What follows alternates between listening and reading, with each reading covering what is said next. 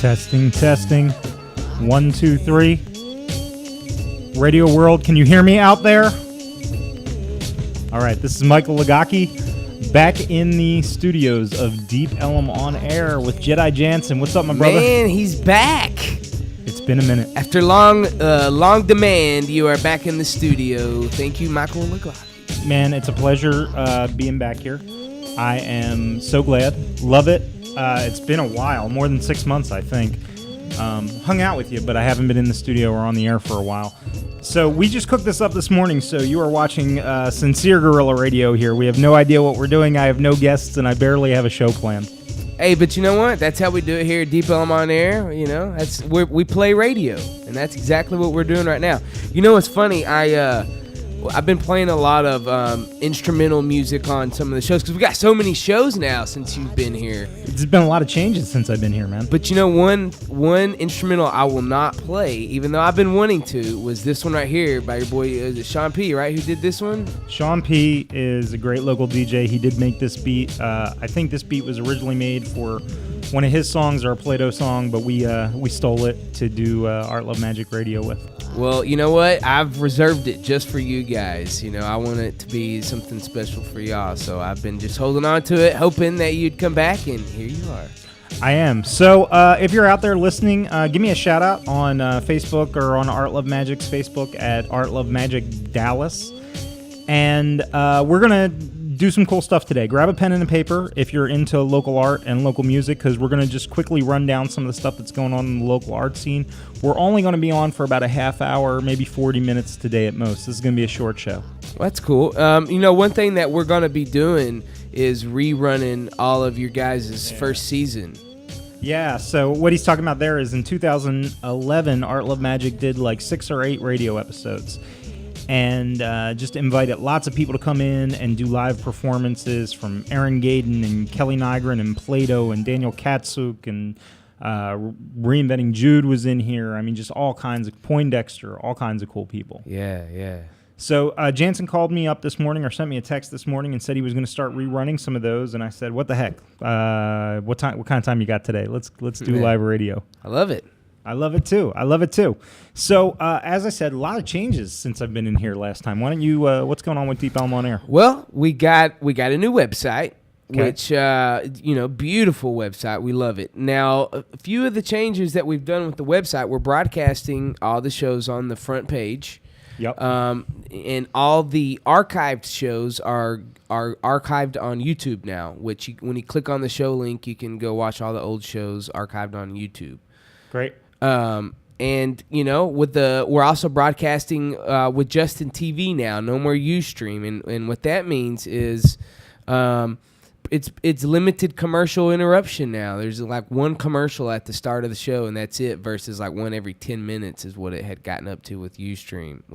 So if you're a person who hasn't seen a lot of the radio on here, you can tune in, and there's always cool stuff going on. They have a lot of cool different shows from a lot of local art scene, local music scene. But also some spiritual stuff and just news report, all kinds of different things. Hey, you know what? We do indeed. We have this show called Deep Breath, and it's been on hiatus for a while, but we have a new host starting, and it's Ty Hudnall, the guy who started Heart of Metaphysics School. So cool stuff. So yes. You should check out Deep Ellum on Air and on the radio player on there too. If you're someone who wants to explore local music, I know you guys have a radio player posted. Do you still have that?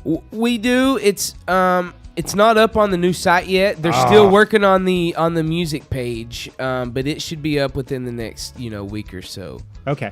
So big changes with my organization too. ArtLoveMagic has grown a lot since I've been on the air. We've expanded, added new people, actually hired our first couple of employees. Wow. Congratulations. Oh, man. And it's made my life a lot easier. Charles C. Grace and particularly Daniel Casper have joined the ArtLoveMagic team as our first admins and are kicking ass. And allow me and David to step back and look at some bigger things and allow the board to do its job a little bit better because we're not scrambling as much as we were used to.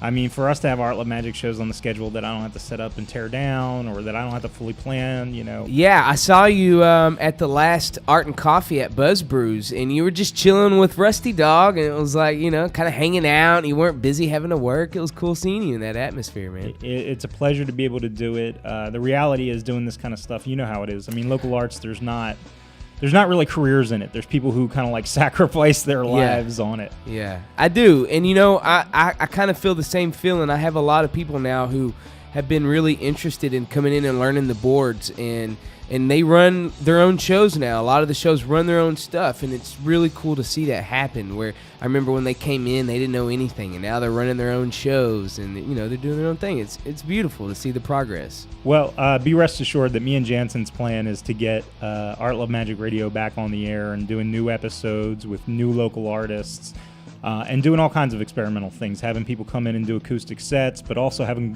painters come in and paint live in the studio, all kinds of stuff. Yeah, that's great. Sounds good. All right, so and then thirdly, I wanted to say that there's been changes at Deep Ellum since we've been on the air. Big changes, man. God. It's a growth time in Deep Ellum's history. If you're someone who's been, you know, in and out of Deep Ellum over the years, know that right now what's happening is new businesses are being dropped in right and left. There's new places opening down here all the time. Recent opens are like Buzz Brews and Uncle Uber's Sandwich Shop. And I saw a brand new Swallow Lounge I was in last night, which is right across from Cafe Brazil. They took the lounge, they gutted it, they put carpets down on the floor, repainted everything, new furniture. It looks gorgeous. I mean, it looks gorgeous. That place, I saw great shows there, but that place was never a Taj Mahal of interior decoration. Have you seen that new volleyball club that they're building over here? I heard about it, but I haven't seen anything. Man, it looks incredible. And, you know, it's really cool. They, you know, when they first started, you know, leveling the ground, they immediately put up, I don't know, probably at least 4 or 5 volleyball nets and sand. And they were out there at the end of the day after all the work playing volleyball before there was anything. Nice. Yeah. Nice. So, you know, glad to have these guys coming in, too. Nice. So all kinds of cool stuff. If you're someone who's interested in the local scenes and stuff, check out what's going on in Deep Ellum right now.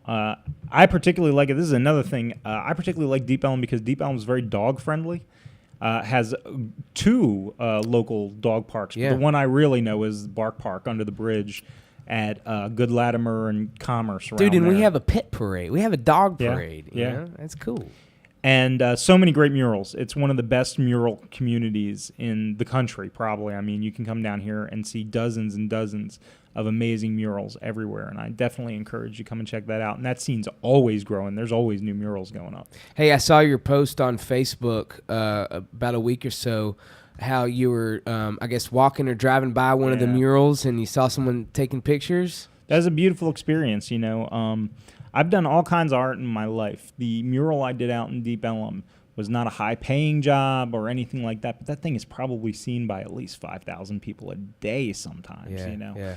So I was driving by there this last weekend, and some kids were out with cameras taking pictures of themselves in front of it, and gave me an opportunity for both of us to have a good time. You just walk up and say, "Hi, I'm Michael. I'm the artist." That's cool. I mean, that's cool for them too, to be able to come to Deep Ellum and then actually meet the artist that, you know, that they're looking at the art right there. What is that? It's the picture of the girl, right? That you're talking about? Yeah, Haley. It's a black and white, 8-foot tall mural. I think it's 8 feet tall on Commerce and Good Latimer. And it's black and white image of a girl just saying the word love. And awesome. She's kind of that's Haley. She's kind of a muse for me. You see her on Art Love Magic t-shirts and on my website and stuff like that. Cool.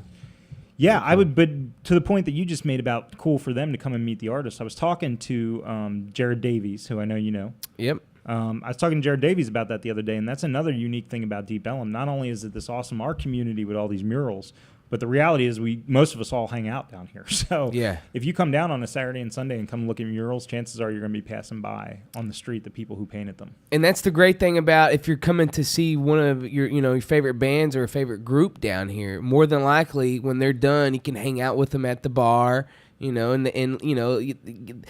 let me tell you, we have a lot of groups coming in here, and there is nothing more that they like when their fans actually come up and, have a beer with them or just come and talk to them and tell them how much they enjoyed the music. And that's the great thing about being down here. This is the advantage that I think the local scene has over mainstream music, art, film, whatever it is accessibility to the people who make this stuff.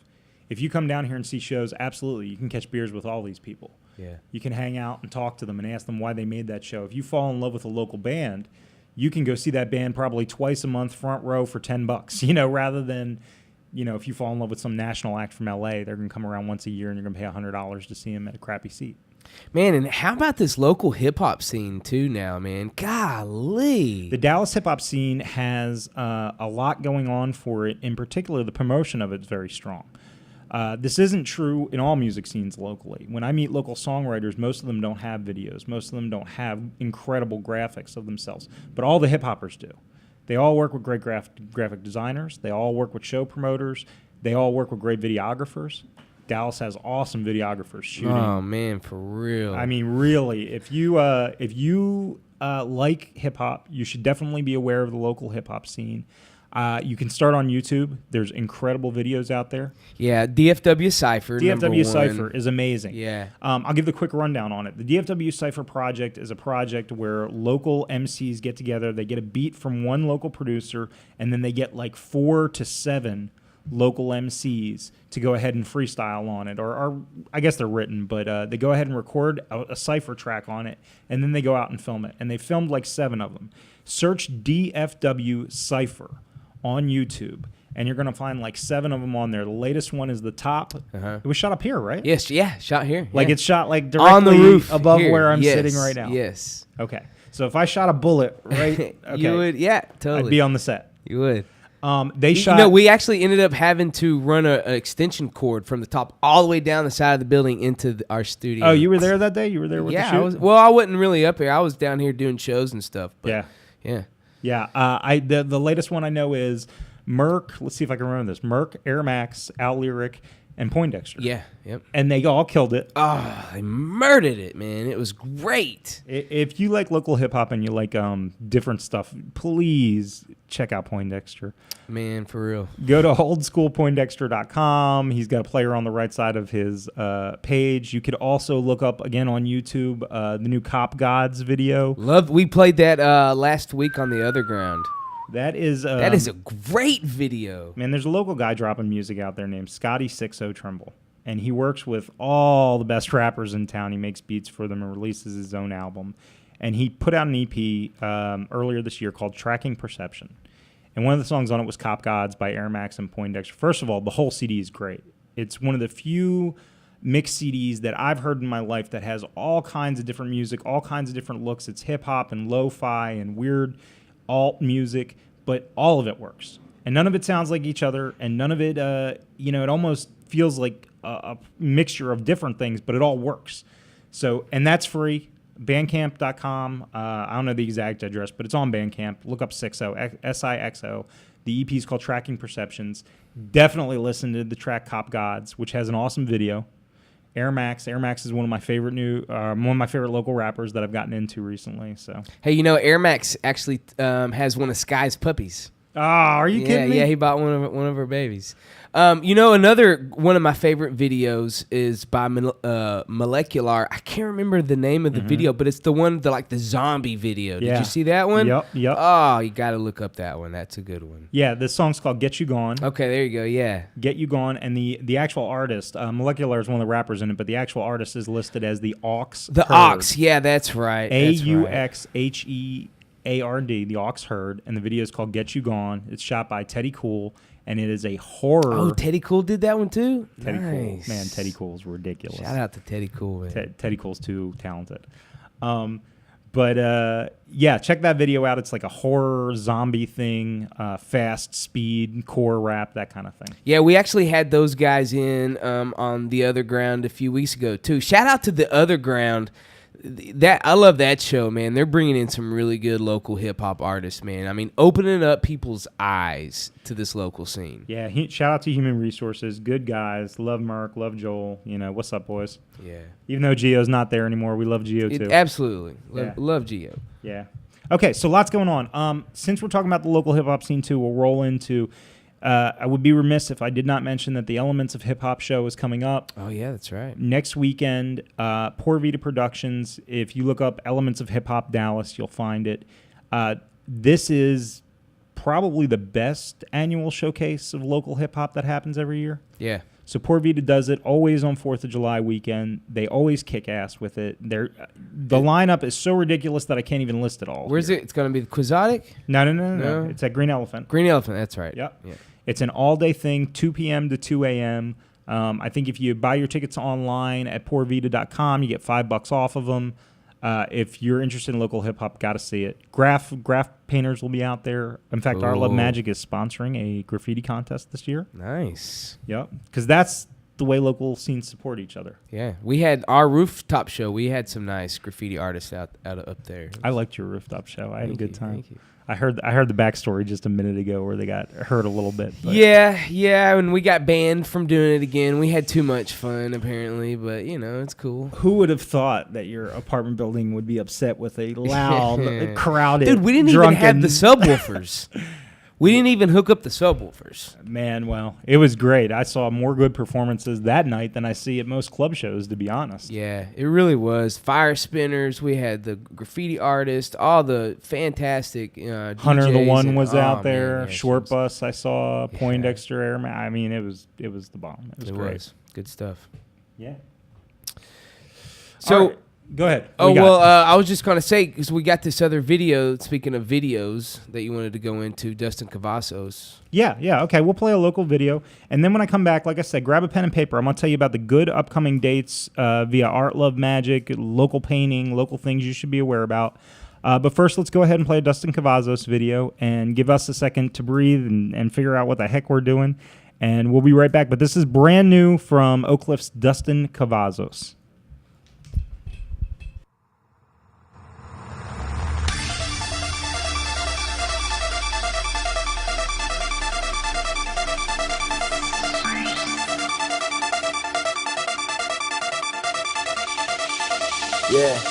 Yeah, getting out of my mind, getting out of control, getting out of complacency. Getting out of the dark in the heat of the night, I ain't counting this vacancy. Whisper you'll love me always, I'll come around, you'll see. Can you keep me sane, can you pull me up, can you hold it down for me? Hold it down for me. Hold it down for me. Can you hold it down for me? Can you keep me sane, can you pull me up, can you hold it down for me? Hold it down for me. Hold it down for me. Can you hold it down for me? Can you keep me sane? Can you pull me up? Can you hold it down for me? So far so good, so far from home. I've been walking down this empty street into the unknown. I got both hands in my pockets clinging the dollar bills. I got decisions to make, I'm hoping I'm in his will. I got some time on my hands, I think that I'm losing it. I got some influence, I hope I ain't abusing it. I hope you hear me out, I hope you level with me. If not, prepare for resistance, I got some rebel in me. Cause I was brought up to defend what is right in any situation. And back in that is never even an option. It don't matter who I am facing or who I'm addressing. Loyalty is of the essence. Oh, you can't tell, I've been this way ever since my adolescence. And as far as I know, my city's with me as far as I go. There ain't no questioning that. I got the whole city watching my back. Oh, they ain't feeling me yet? They'll come around, you'll see. Just keep me sane, just pull me up. Keep holding it down for me. Hold it down for me. Hold it down for me. Can you hold it down for me? Can you keep me sane? Can you pull me up? Can you hold it down for me? Hold it down for me. Hold it down for me. Can you hold it down for me? Can you keep me sane? Can you pull me up? Can you hold it down for me? Hope your heart never stops beating. Don't you know beauty is fleeting? And didn't you know, for you I'd go to ends of the earth if it's needed. May all my yeses be yes. May all my no's be forget it. All these mistakes that I have made, I'm trying to tell you I did it. I'll be the first to admit it. I'm always up for correction. And though maybe so, it's out of reach. I'm going after perfection. I'm going out like a G. Hope you don't cry when they bury me. Hope you can handle this life you've been given. No weapon shall prosper if it's against me. Now may we rest in glory. May we pass with haste. May the sun never cease to shine down upon your face. May we be filled with passions, may they burst at the seams. And if we break, may we never cease to follow our dreams. Hold it down for me. Hold it down for me. Can you hold it down for me? Can you keep me sane? Can you pull me up? Can you hold it down for me? Hold it down for me. Hold it down for me. Can you hold it down for me? Can you keep me sane? Can you pull me up? Can you hold it down for me? Down for me. Down for me. Down for me. Down for me.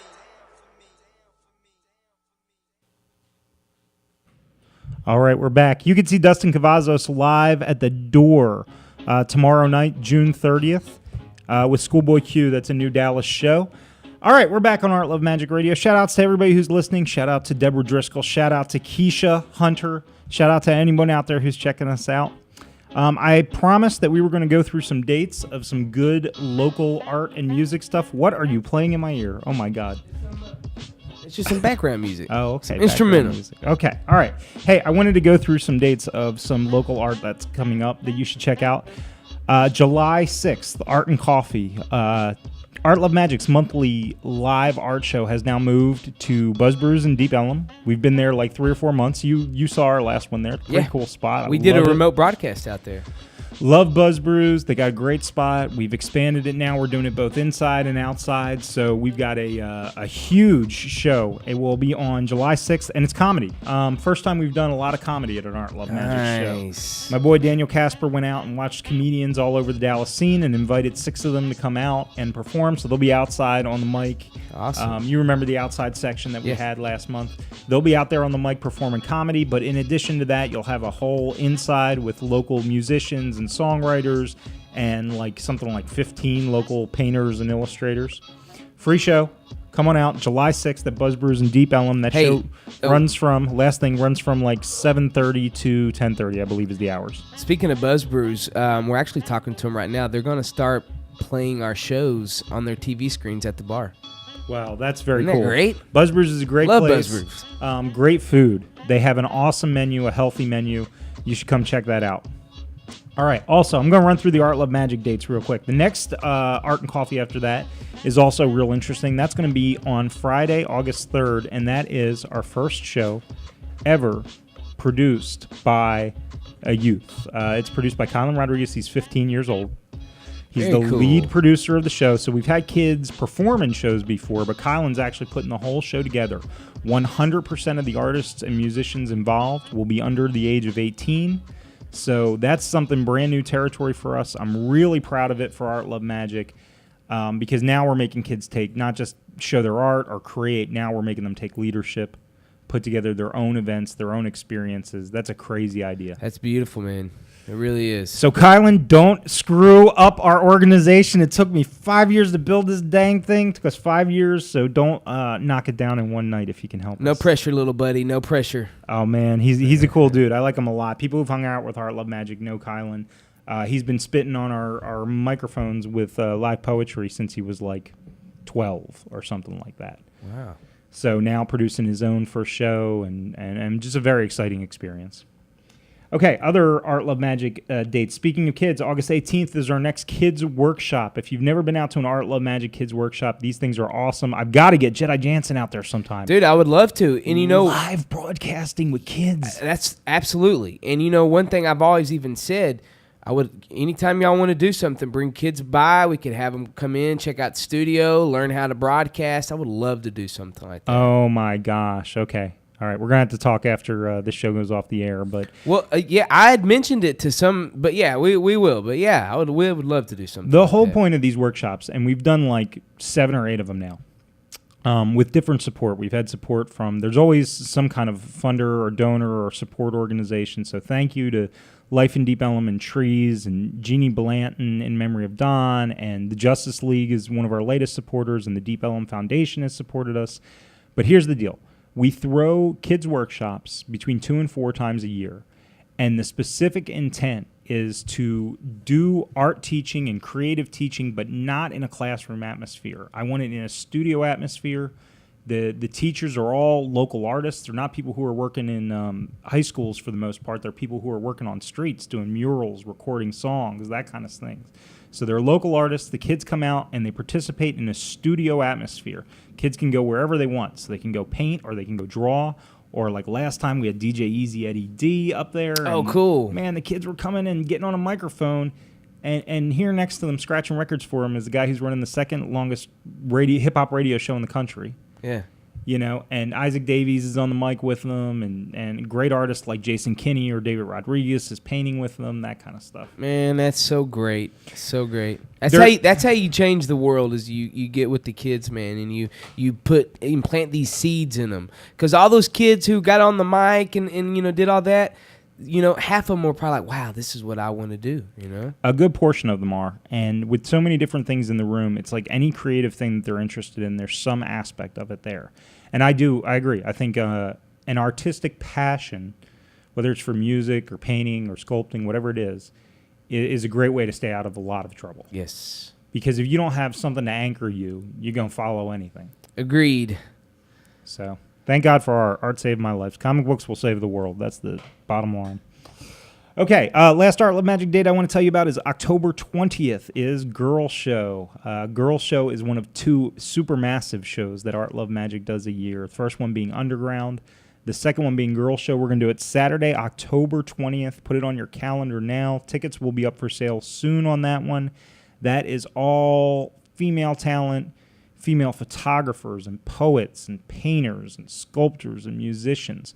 We'll have 2 live stages in Southside on Lamar. We'll have an art gallery. We'll have all kinds of cool things going on. If you are 21 or above, it will be a blue room for adult entertainment, meaning like things like body painting and modeling and nude photography.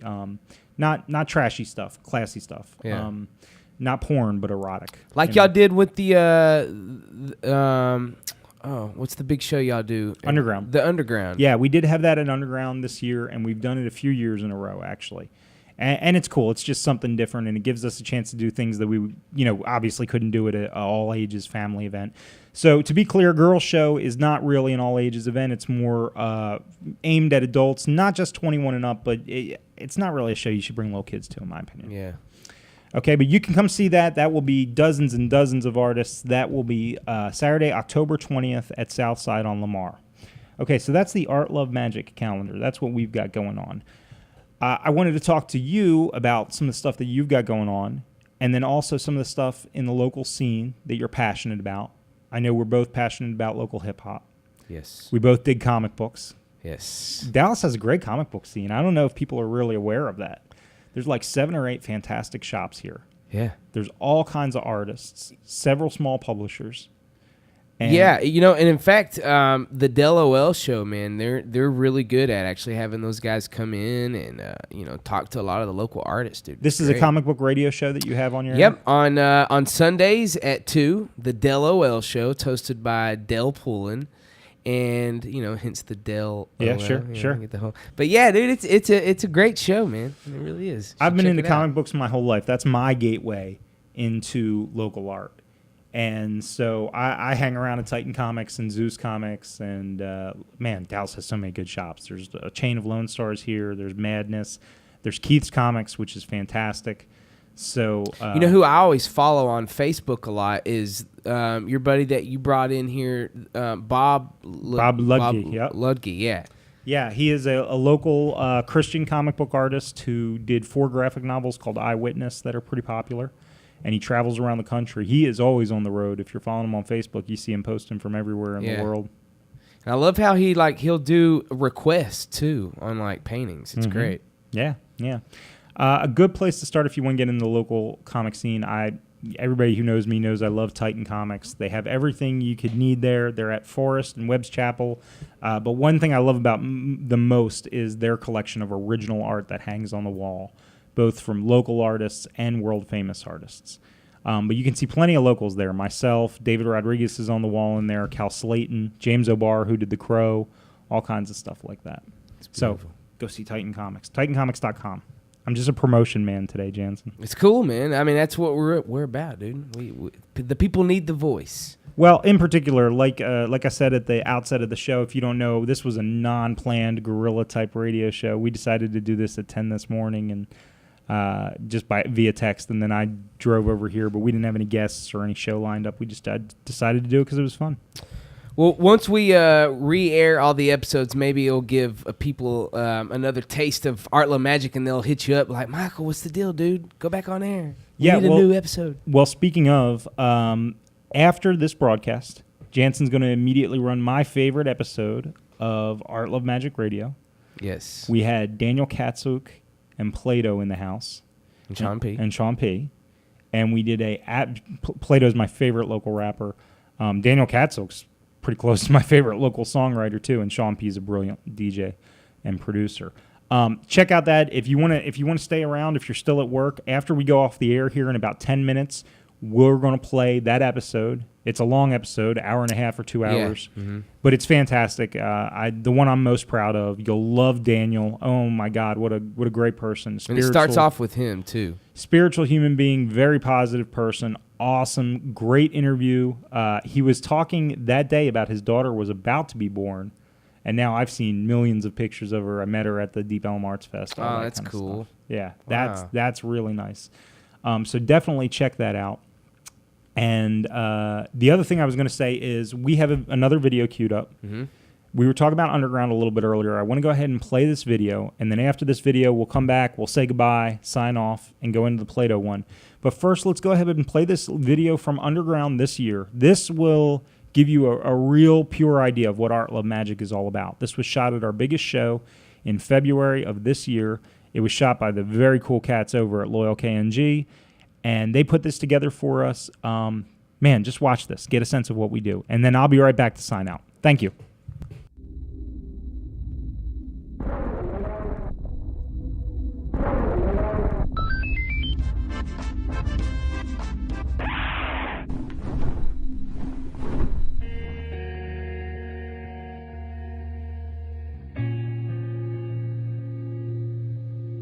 The Underground, to me, over the last few years that I've been involved with it, has just been an absolute collective of artists that are passionate about getting the work that is in Dallas out to the public. Well, basically, Underground is a platform that we are able to mix established artists with artists that are just coming up in the industry, essentially. And within Dallas, it gets them known to a large, diverse crowd, essentially, a great demographic. To be able to put together such a huge event and come together and be so cooperative and want to do everything to really push their work and push the vibe, it's just been, that's what Underground is. It's like letting everything that's underground in Dallas come up to the surface and get realized to the public by this huge event that happens once a year. Basically, I mean, we want to be diverse with our presentation. To all the people that are coming here, it's such a great mix of the whole dynamic that is Dallas.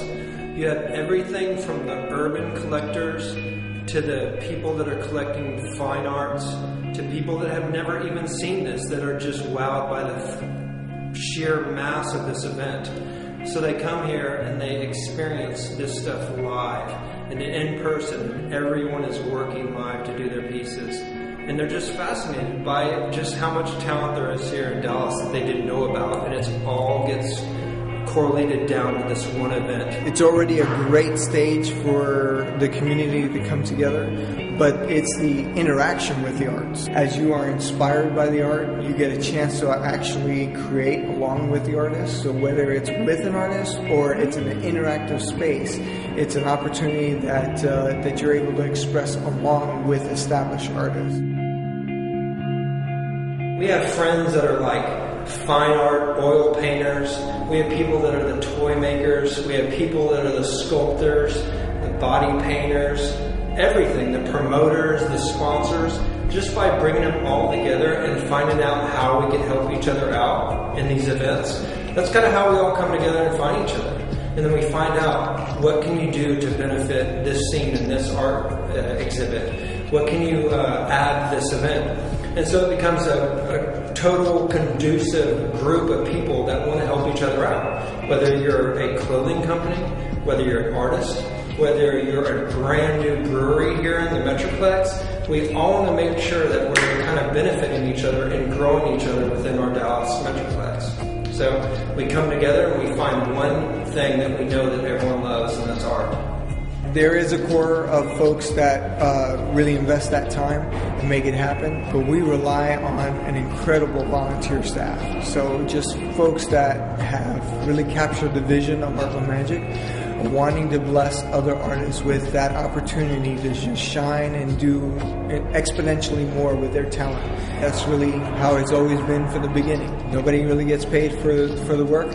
It's just out of the love and passion for the artists of Dallas.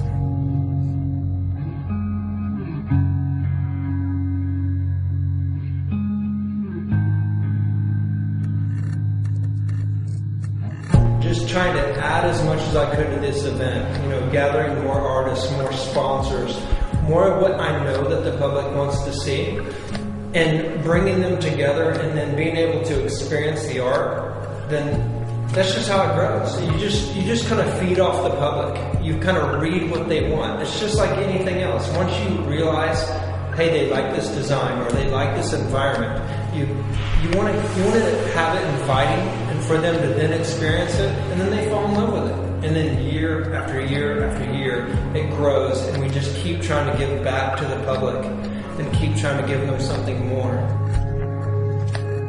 It's the most diverse language that speaks to everyone. Art speaks to everyone differently. When you see something and you don't have to have words spoken to it, and it's a visual experience, whether it's live or in a print canvas, you get to have the story told to you by your own eyes. Whether you're sitting there in front of an artist as they produce it, or looking at a print that is really speaking to you and really touches to your history, it's just art in general, and being able to come to an event that has such a diverse group of styles. Man, you're going to cover so many grounds with people's lifestyles, the things that they've been through, the things that they've experienced, the things that they love, and the things that they'll want to take home and remember for the rest of their lives. You can see how many people are in here just really absorbing what it is that ArtLoveMagic is, and about what Dallas art and everything that we have to offer. It's just such a huge success at the end to see them walk away totally happy with art in their hands.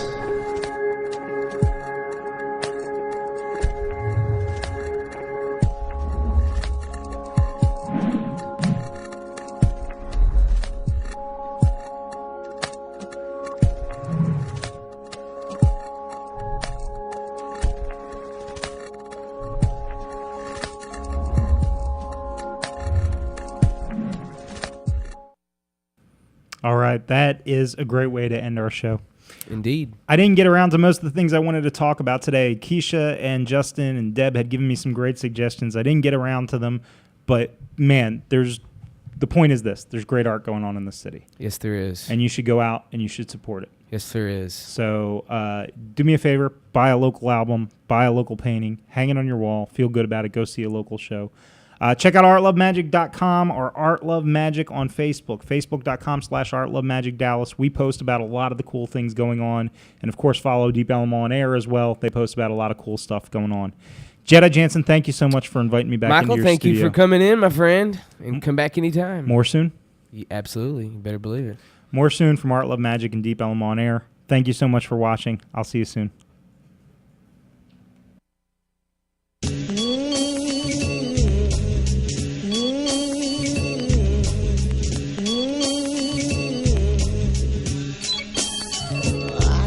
Oh, yeah.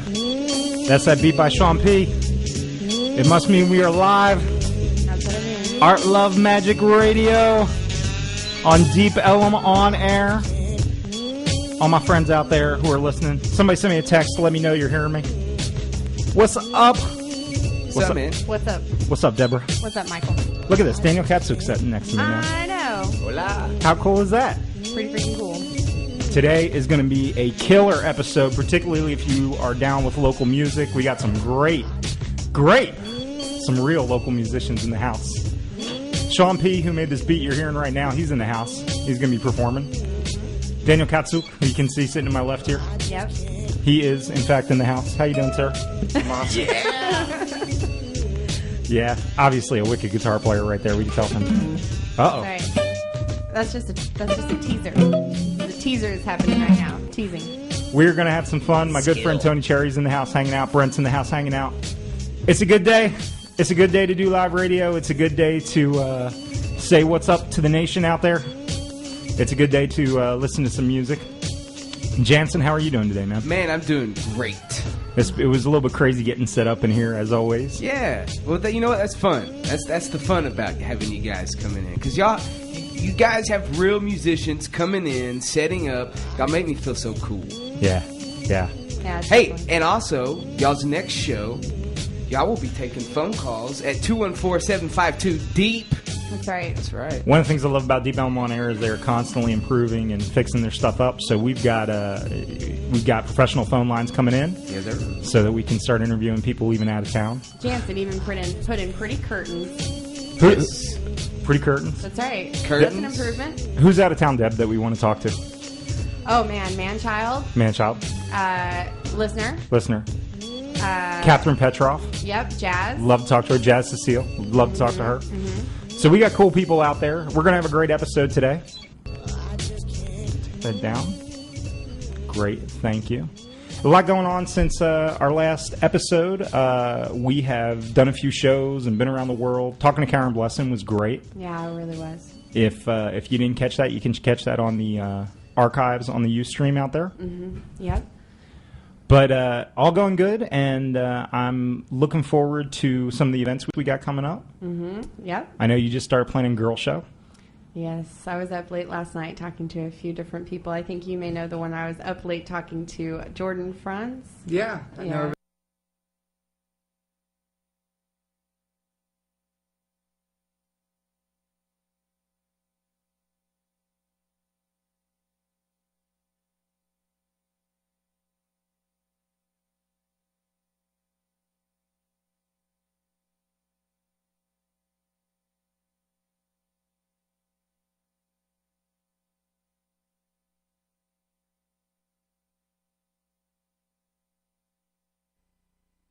I think you may know the one I was up late talking to, Jordan Franz. Yeah, I know. Yeah.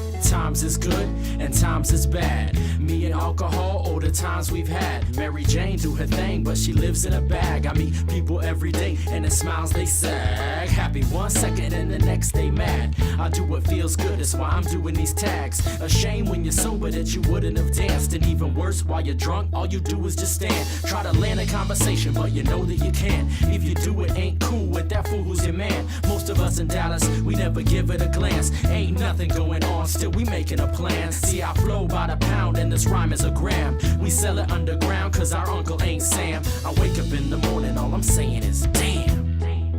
I got the Dallas morning blues, dirty socks, old shoes, inhaled up blunt fumes, nothing seems brand new. I'm still paying dues, got nothing to lose. Always on the move, I gotta hustle, now don't you? Got the Dallas morning blues, dirty socks, old shoes, inhaled up blunt fumes, nothing seems brand new. I'm still paying dues, got nothing to lose. Always on the move, I gotta hustle, now don't you? How you doing? I'm fine, I can tell you his line. I got the time, if you got the mind to not bring it up. Plus it's all in how you spend it, so let me borrow a buck. Can you smell that funk? That's just the Trinity River. In the winter it's chiller, but in the summer we simmer. It's okay to slang a little, but better to make music. Half our population moving weight like Nate Newton. My accent is slanted, packaging my passion, outlasting the average lifespan on a mic stand of MCs in Dallas. And I don't have to battle to actually be challenged. Blunt force bringing down the house like Samson. Talked to God and asked him, he said it ain't good. So if you come to visit, look me up in the book. Here's the hook, take the bait. All my tapes you can push like cocaine to the brain. Mr. President Bush. I got the Dallas morning blues, dirty socks, old shoes, inhaled up blunt fumes, nothing seems brand new. I'm still paying dues, got nothing to lose. Always on the move, I gotta hustle, now don't you? Got the Dallas morning blues, dirty socks, old shoes, inhaled up blunt fumes, nothing seems brand new. I'm still paying dues, got nothing to lose. Always on the move, I gotta hustle, now don't you?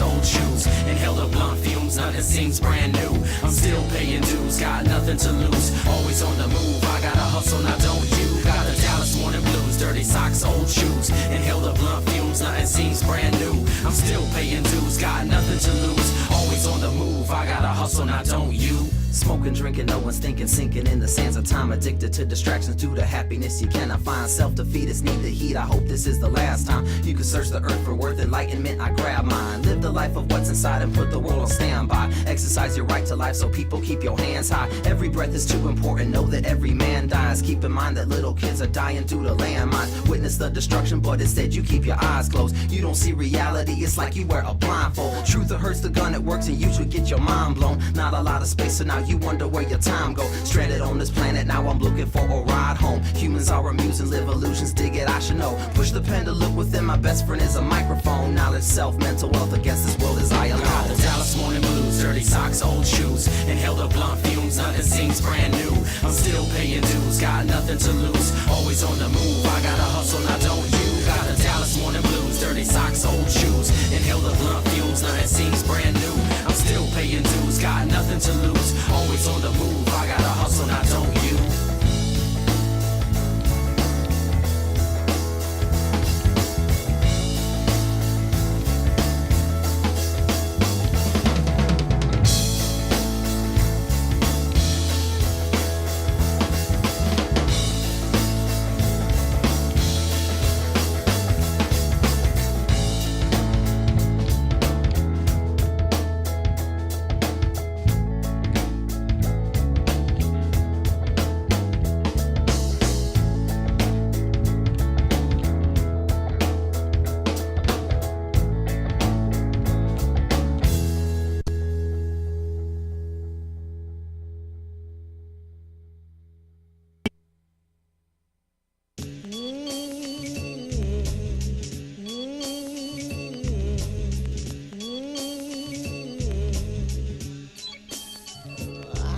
Oh yeah, that's that beat by Sean P.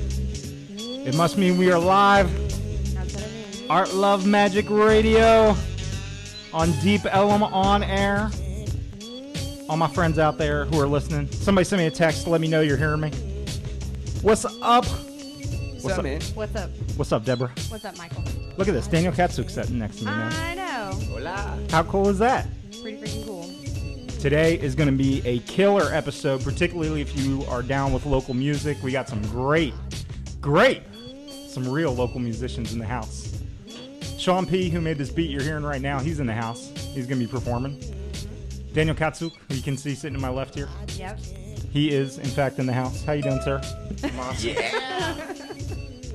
Yeah, obviously a wicked guitar player right there. We can tell from. Uh-oh. Right. That's just a teaser. The teaser is happening right now. Teasing. We're going to have some fun. My good friend Tony Cherry's in the house hanging out. Brent's in the house hanging out. It's a good day. It's a good day to do live radio. It's a good day to say what's up to the nation out there. It's a good day to listen to some music. Jansen, how are you doing today, man? Man, I'm doing great. It was a little bit crazy getting set up in here, as always. Yeah. Well, you know what? That's fun. That's the fun about having you guys coming in. Because you guys have real musicians coming in, setting up. Y'all make me feel so cool. Yeah. Yeah. Hey, definitely. and also, y'all's next show, y'all will be taking phone calls at 214-752-DEEP. That's right. That's right. One of the things I love about Deep Ellum on Air is they're constantly improving and fixing their stuff up. So we've got professional phone lines coming in, Yes, sir. so that we can start interviewing people even out of town. Jansen even put in pretty curtains. Yes. Pretty curtains. That's right. Curtains? That's an improvement. Who's out of town, Deb, that we want to talk to? Oh man, Manchild, Manchild, listener. Catherine Petrov. Yep, Jazz. Love to talk to her. Jazz Cecile. Love to talk to her. So we got cool people out there. We're going to have a great episode today. Take that down. Great. Thank you. A lot going on since our last episode. We have done a few shows and been around the world. Talking to Karen Blessin was great. Yeah, it really was. If you didn't catch that, you can catch that on the archives on the Ustream out there. Yep. But all going good, and I'm looking forward to some of the events we got coming up. Yep. I know you just started planning Girl Show. Yes, I was up late last night talking to a few different people. I think you may know the one I was up late talking to, Jordan Franz. Yeah, I know her very well. Yeah, so we talked last night. She's going to be at the show. There's a lot more going on with that show behind the scenes.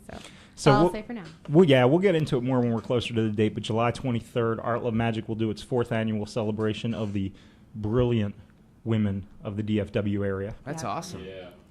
Yeah, So. and it's touching on a Karen Blessin interview last time. You know how much I look up to Karen, and I got to see her 29 Pieces exhibition live at her space there, and ooh, man, touched me very deeply. You know, I was bawling. You were emotional. I was a little emotional. So it's worthy. It's a worthy, awesome thing that she's doing. So it's cool. There's a lot of incredible, inspirational stuff going on right now. I was blown away by the Flood of Emotion show that I know you were at as well. Yeah. Yep.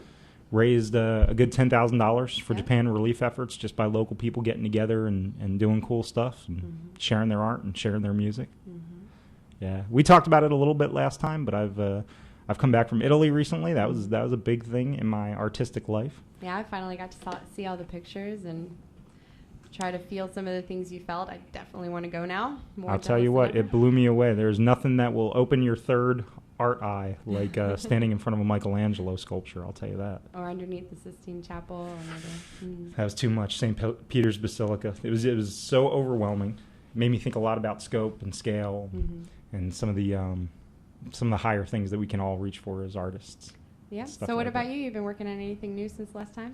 As soon as I got back to town from Italy, I got an offer to adapt the Aeneid, which is the story of the founding of Italy, written by Virgil, and real synchronicity on it because I was back 24 hours before the offer came in, and they asked me to adapt a 10,000 line poem into an 8-page comic. So that's going to be fun, but it's cool. It's all battles and big strong people stabbing each other and gods playing with men as toys. And Yeah. And what's the name of the woman that you were drawing the other day? Boobs. awesome headpiece, strong. Oh, Dido. Yeah. Dido. She's part of the piece. Yeah. That was neat. Yeah. So we got some good stuff. So we've got a music-packed show today. I normally do 2 or 3 different segments on a show, but we've just got 2 major guests today, and we're going to let it go as long as it does. It's organic. We may go off the air 5 minutes early or 40 minutes late. I have no idea. You know you guys got it, man. Thanks, Jansen. Y'all can do what y'all want. Thanks, Jansen. All right. Well, can the second track on the CD is "Standing" by Zachary Scott Pole. That's the first song we're going to play here, and when we come back, I'm going to interview my friend over here, Daniel Katsuk, and try to get him to strum that guitar and play some songs for us. All right. Sound good? Sounds awesome. All right. Let's play some Zachary Scott Pole. We'll get together and come back with talk.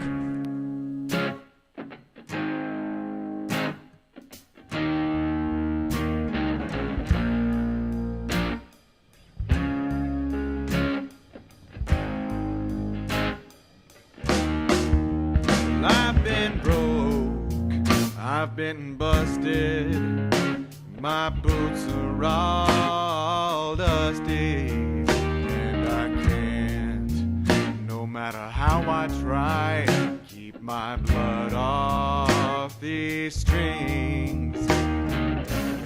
You may say that I'm lying, but I'm just trying to understand what it takes to get by in this world of woe.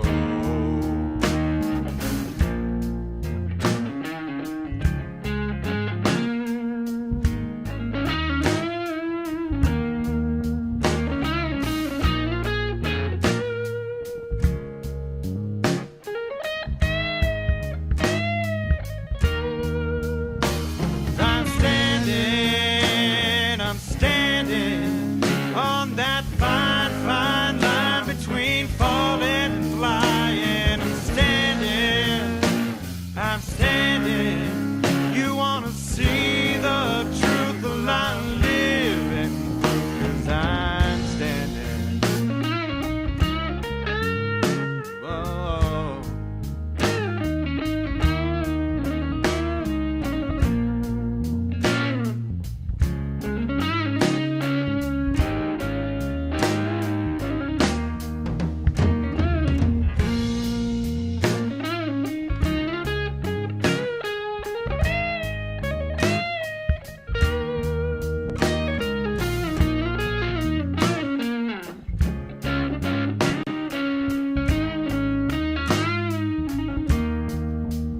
I've been wrong, I've been right.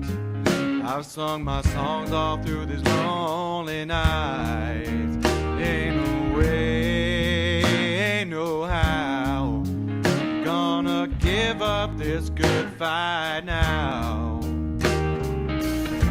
If you hear what I'm saying, or you feel what I'm playing, then you might know what it means to do what you got to do.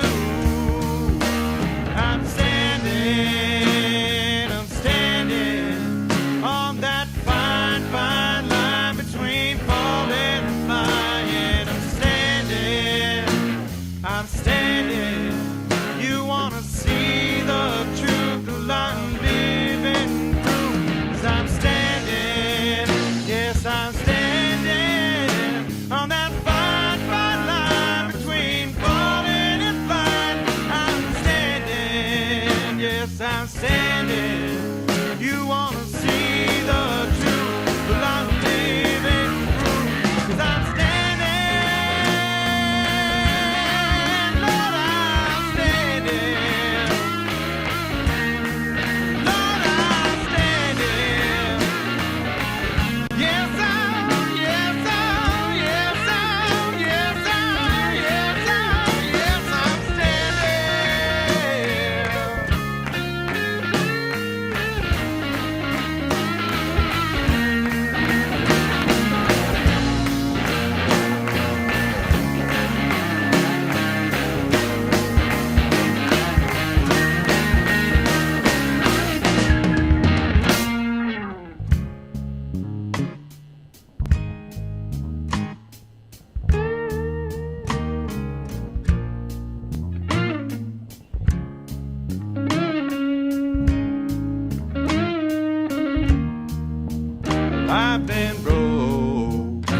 I've been busted.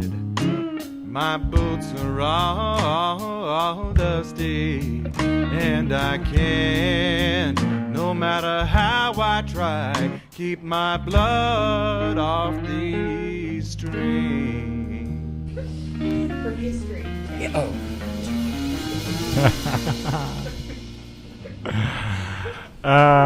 What are we laughing at? We're crazy. Oh, you know. Hey, that was local music. That's Dallas music. That's all they play on Deep Ellum on air. That's right. Zachary Scott Pole Band. Local musicians we play on here, like Daniel Katsuk. What's up, man? Hola, how you doing? Oh, man, I'm doing good. Now I'm to the part of the show I like just talking to people and playing music. The beginning's like always like nerve-wracking and like, you know, get everything set up right and wired.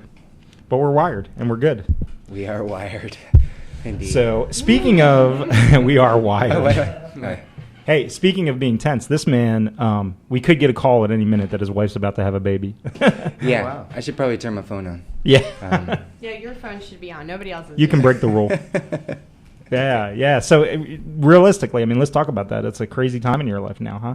Yeah, it is. It is a very crazy time. It's my first, and I'm just gonna stay with that right there. Sure. And so I'm excited. It will be a grand. She's gonna be a grand teacher for me. So. Wow. No, I don't know really what to expect. Although I'm gonna be as present as possible and listen as much as I can.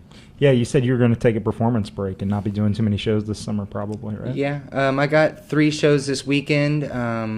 One at the Arnetic Saturday night in Deep Ellum, and but after that, I'm just gonna take a break and be present for her and be a dad and work on a book that I've been writing and 2 albums.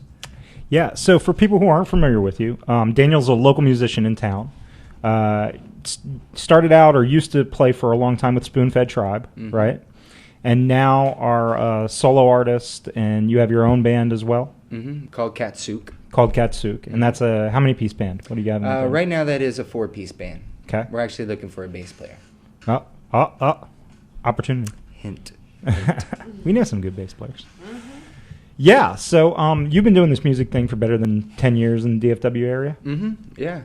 Here, and then moved to Colorado for a while, and needed to be near some mountains, so I moved up there, and which was a great scene. And then that's what I was about to tell you a minute ago. That's where I first started seeing artists collaborate with musicians on stage, and starting to see that. So when I moved back here and started seeing it, especially with ArtLoveMagic, Yeah. you know, it was really nice. It was really nice to see that happening here.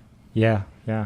Love putting artists on stage. Did you have at the I know you worked a show with David Rodriguez recently. Did you guys did he paint on stage while you were playing? He was right. The stage wasn't big enough.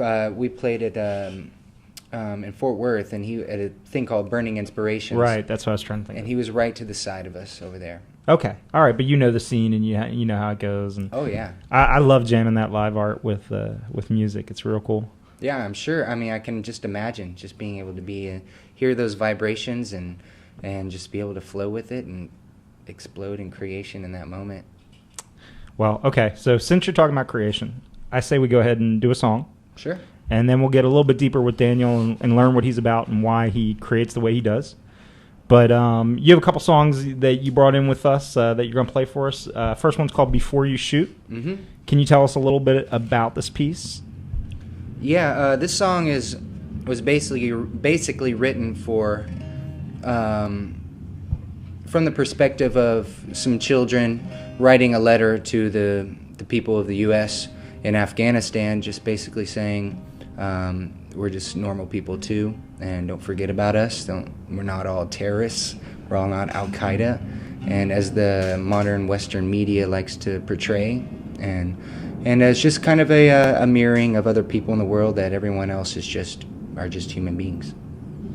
Great. Well, let's hear it, and then we'll get back to talking some more. Daniel Katsuk on ArtLoveMagic Radio. I'm gonna take this off to play it. You got it.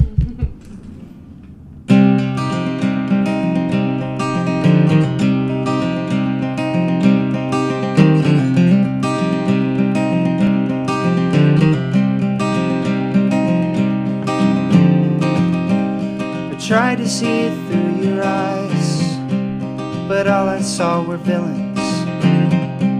Knew who your rolled a smoking gun towards all your relations. You painted on the bathroom mirror eyes and tears, a victim. You step in front and wear the mask importantly. Well, bullets are decisions. Still we love you so much. Please don't give up on us.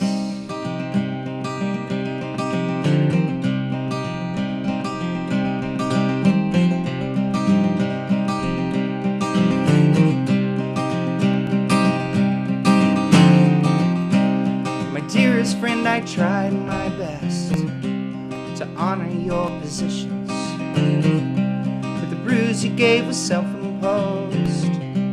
It happened when you tore your dress. Another day still under fire. What is new? The blame you place on me won't hit. You only wound the shooter. Still we love you so much. Please don't give up on us. And we love you so much.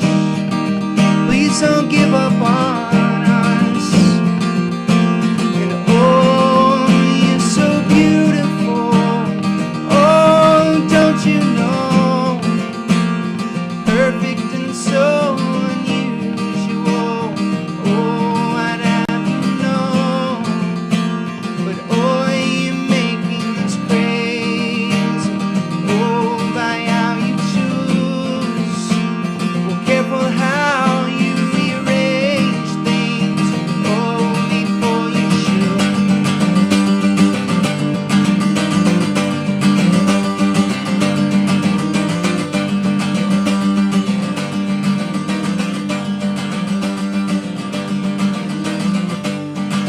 And we love you so much. Please don't give up on us. And we love you so much. Please don't give up on us. And we love you so much. Please don't give up on us. And we love you so much. Please don't give up.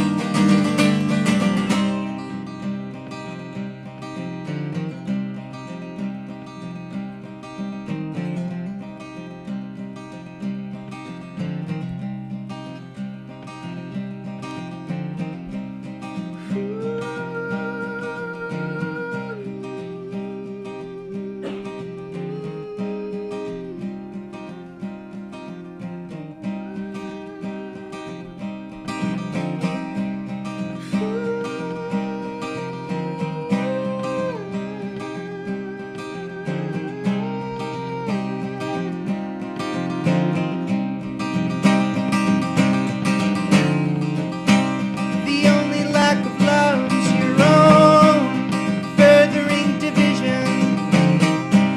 Initiate what might not come back. Try giving what you're missing.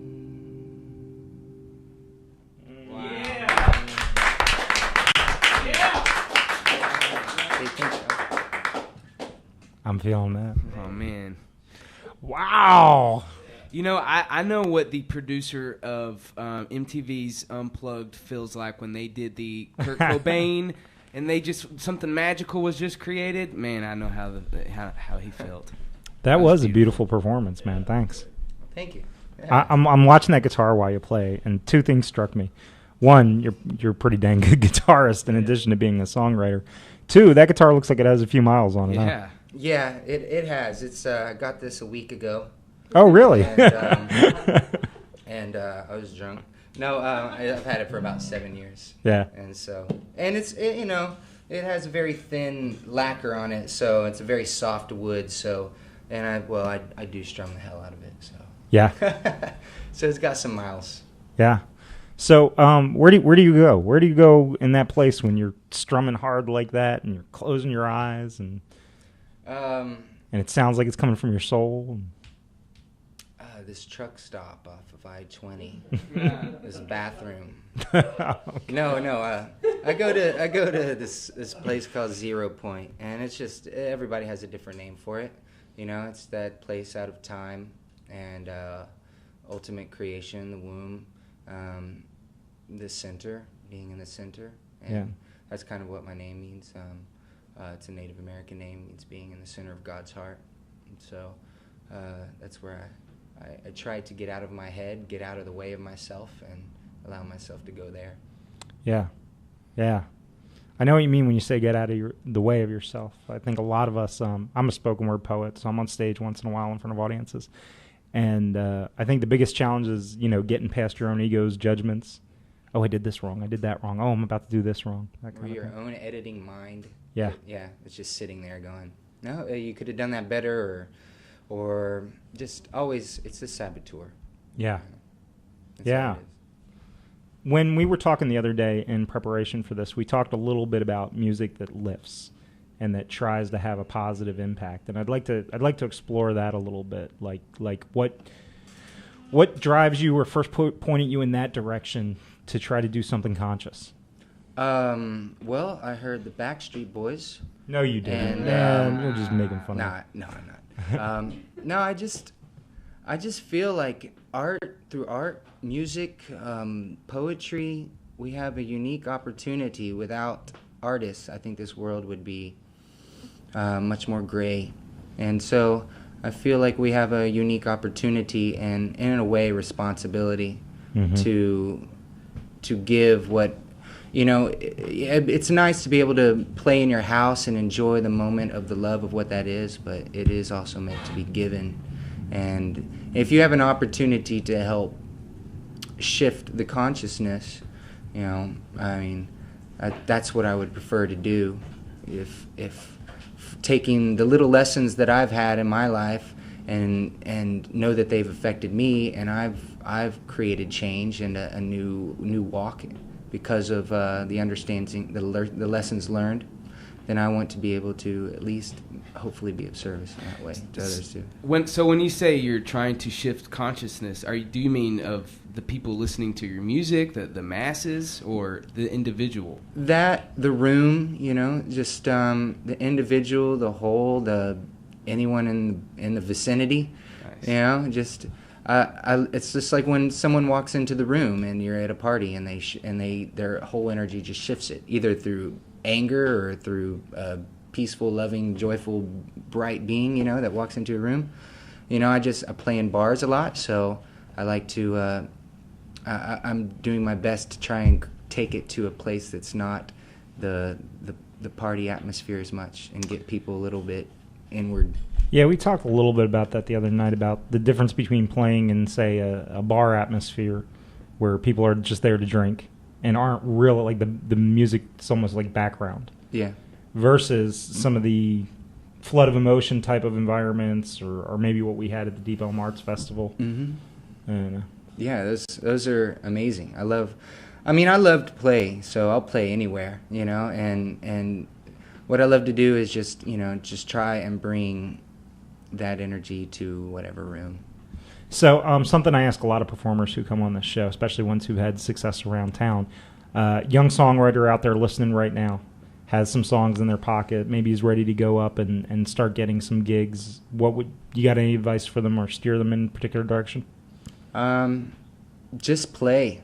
I know of so many people who feel like they need to make it, just mold it into an amazing thing before they give it to everybody. And sometimes the best way to really get to that place of confidence is the only place to get to confidence is just to play and play and play and do and do and do, and at the same time, just believe in yourself. Know that you're worth it. Yeah, definitely. If I could, somebody is asking if you still teach in Denton. No, I don't think I've ever taught in Denton. He's never taught in Denton. But no, I don't really do much teaching with guitar, flute, or anything like that. But as I'm kind of taking a break for a little bit to be a dad and to work on some other things, I'm definitely trying to find a new path. So as well to kind of create some abundance in my world. So.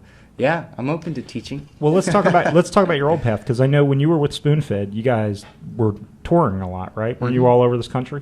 Yeah, pretty much. We would go. We were mainly in the Southwest, right, and just traveling all through there. We had an opportunity. We got to be a part of the Lollapalooza, and but they were like, well, we're not really going to pay you, but you guys can come, and we'll give you free passes to every show, and you can drum in the crowd. And so they let us go basically to every Lollapalooza, and Perry Farrell gave us our tickets. He's like, here you go, guys, go have fun, start some chaos. And so we would just go in the middle of all the thick of people and just throw down gorilla drums. And so you're a percussionist as well? Mm-hmm. Yeah. I saw Spoonfed the other night at Arnetic, and for our listeners out there who want to see some insane energy and see something really positive, look for Spoonfed Tribe. They play a lot of local shows. I think everyone in the band is a percussionist as well as whatever they play. Yeah, pretty much. So you'll get some insane tribal energy. Yeah. Yeah. All right. And you can find that on a lot of Daniel's music too. I know I first met you at the Deep Elm Arts Fest. Deb knew you a little bit earlier than that, but we took home a couple of your CDs from there, and we've been jamming them in the car and really enjoying them. So Great. I'd like to thank you for that. Okay. Well, you want to play another song? Sure. Okay. Tell us about what you're about to play.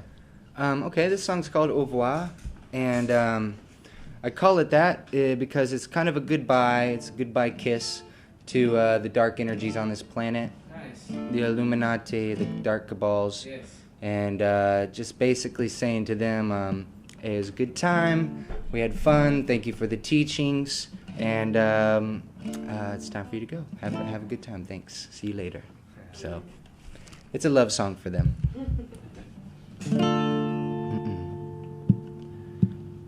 The party now is over. Love will take you home. Been sipping on your pleasure while you're gnawing on our bones. It's the end of your autumn. Your heyday's through. It's what you do. Je t'aime. A bientôt.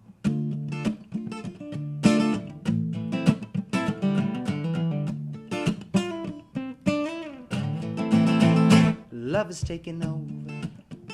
Love is coming through. Yeah, love has always been the answer. The only question is you. It's forever and always. It's a change unmoved. It's what you do or don't. C'est la vous inventez.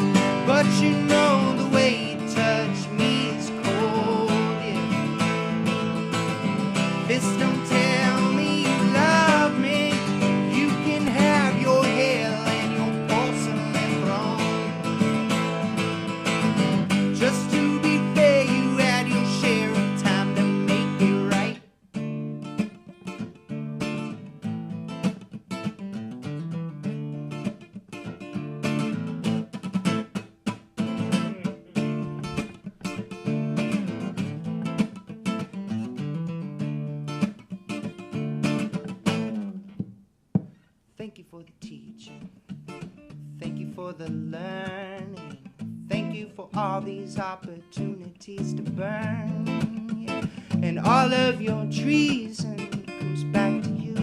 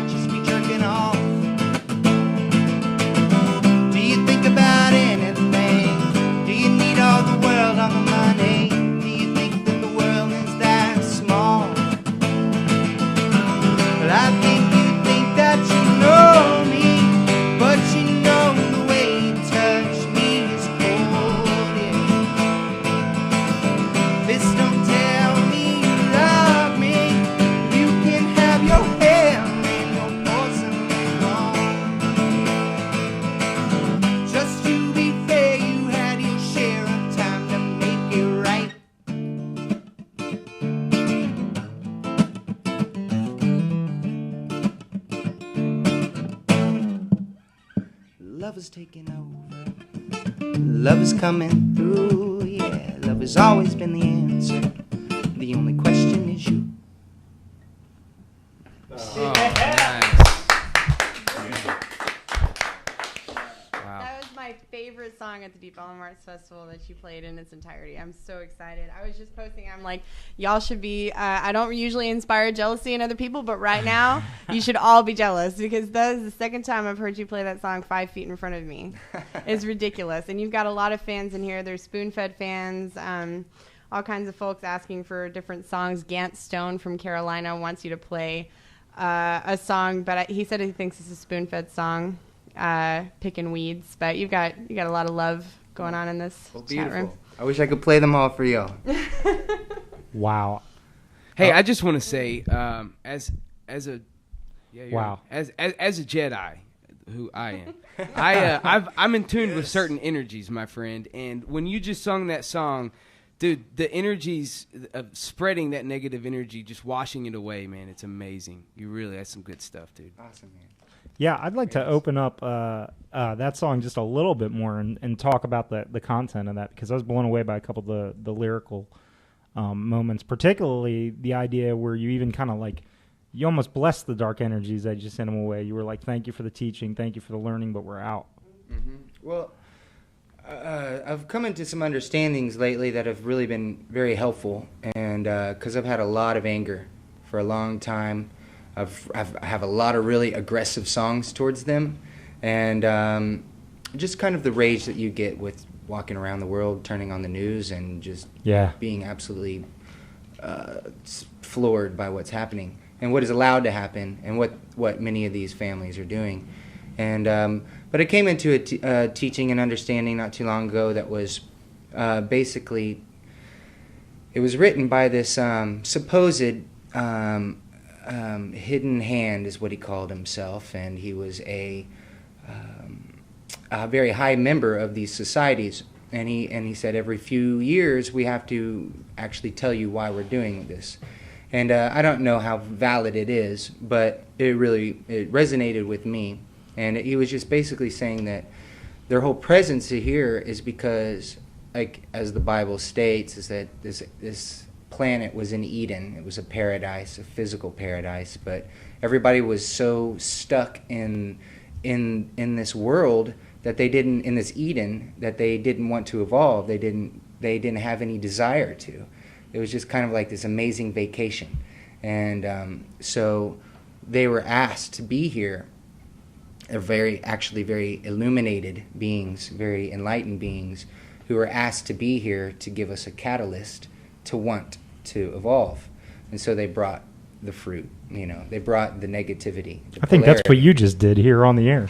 It's the duality. You brought the fruit. Nice. And so with the duality, now that there was an option, we had an option to move up versus just kind of hang out in this physical bliss, and that was kind of their role. And so the whole earth is moving up in vibration, and they're freaking out because now their time is coming to an end, and because their energy is just too dense for this planet. Yeah. And so they're being removed, and they're going to go do their thing. But in all reality, I kind of turn on the news now, and I'm like, hey, all right, that's a good one. Another flood. That's great. Good job, guys. Harp, awesome. Good job. And not necessarily just wishing anything on anybody, but I know that they're freaking out, and they're doing their best because they have an agenda to do. And but they have also a teaching for us to kind of bring us out of our complacency. So I think that what you're doing is so important because in order to get rid of this negative energy, you have to love the negative energy, and that's exactly what you're doing. I mean, and they use our energy to resist against the light, and the fact that you're just sending them that loving vibration, it's just blowing them away. It's beautiful, man. It reminds me of a line from a movie I really like, David Mamet's Red Belt, where a character says, everything has an energy. Either accept it or deflect it. Why oppose it? Which I thought was awesome, because the idea that all these evil and dark things, one of their greatest powers is they have the ability to make us scared or evil or dark ourselves. Mm-hmm. And what you just said I took as kind of like a rejection of that philosophy. Like, that's not a solution philosophy. No, I mean they have a purpose. You always hear the "we're all one," and and it's a very fluffy and beautiful statement. I mean, granted, it's true, but it's like, okay, well, what does that really mean? If we are all one, how does that fit into genocide and war and murder, and how can that be? If God is love and God is all there is, and how is that love? And then so it takes the mind a little further to go, okay, if that is happening, there is some way love involved in that, whether it's to move us and to open us up, to get us out of stagnation. And that's my thought, is that it comes in all forms. Love is not just everybody just hanging out and loving each other and beautiful embrace and music, and it's a slap in the face sometimes, because I think we've all needed a slap in the face sometime to wake up from the kind of BS that we've been in our lives. He just justified my domestic abuse towards you. Oh my God. There's no justification. So show him more love. Daniel, I'm in an abusive relationship, and He really is. you always catch me saying, I fell down some stairs. I walked into a door. No, I'm not making light of anything. Deb's just a strong girl. So, okay, I want to touch on a couple more things before you get out of here. You said you were working on a book project. Tell me a little bit about that. Yeah, it's called Clean Underwear and Dreams, a posterior eye of a recovering suburbanite. Okay. And it was about in 1998, me and my friend Deuche decided to we decided to go to New Zealand because we thought the world was about to come to an end at that time, and so we wanted to go to New Zealand and get sovereign and find our own land and just kind of disappear, get off the grid, and before Babylon America just kind of fell into the sea. So we came upon all this information, and it kind of freaked us out, and wild, impetuous youth, we were just like, okay, then we're going to New Zealand. So we started hitchhiking to New Zealand, and we get... You were hitchhiking to New Zealand? Well, yeah, we were going to get to California. And then we were I see a flaw in your plan. And then we were going to just walk, and then we were going to find a boat and work on a boat and make our way to New Zealand somehow. But my friend got arrested on the way, and so I was kind of left on the road, and just I wasn't going to go back home, and I didn't feel like I needed to go to New Zealand. So I just kind of started hitchhiking and traveling around, and wound up in all these scenarios, and saw an Oompa Loompa murder somebody. Oh my God! And was chased down an alley by some Nazgul, and I had some really interesting scenarios, and wound up in some secret schools, and joined the Spoon-Fed tribe, and got married to a woman from Amsterdam that I met on an island, and it sounds like a Homer epic.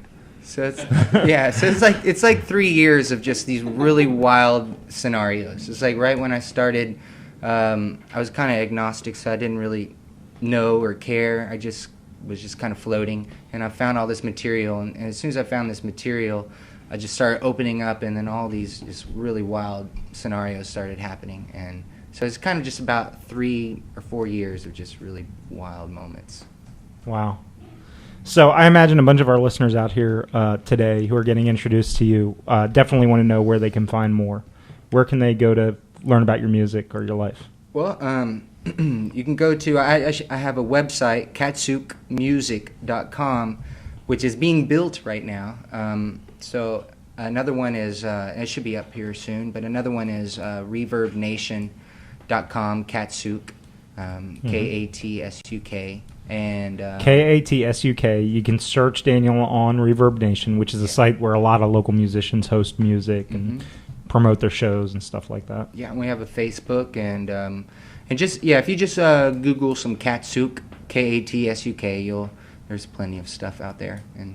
And while we're not likely to see you playing a lot of shows in the next few months, you are someone who plays a lot locally. Mm-hmm. So if someone became a fan of your music, see, this is one of the things I love about being a local music junkie, which I became through ArtLoveMagic, is that when you find a musician that you fall in love with, you have the opportunity to see them often you have the opportunity to see them front row center without, skipping a mortgage payment or whatever. So I love that, and I love that you're a musician like that plays in local clubs. You could see Daniel in Deep Ellum or in clubs around Dallas all the time, or in shows we do, all kinds of stuff. Hopefully at a couple shows this weekend, unless you get a baby. Yeah, we have an understanding. We've been talking with her to wait until Monday. We're hoping that she will. Because I have playing at Prairie Fest in Fort Worth, a very eco-friendly, a lot of vendors who have really great ideas for helping the world and helping the planet. And we're playing out there with Brave Combo and I love Pablo and the Hemp Hill 7 and Ginny Mac My Wooden Leg and some other great bands. And then we're doing that. And then we're playing here that same night, Saturday night, at Arnetic with this is all with my band. And then we're playing at the Grotto on Sunday night in Fort Worth. So. We love us some Arnetic here. We love clubs that are really devoted to the local scene and to positive events. They do a lot of cool fundraisers and cool art projects over there. So big ups to our friends at Arnetic, Frank and Sean, Nathaniel, all you guys. Cool. Well, if you'll allow me, I'd love to call an audible. I know I asked you to prepare 2 songs, but man, would you love to play us out again? Sure, yeah. Anything you want, please. Whatever you want, man. I'm blown away. Okay. Well, let's see.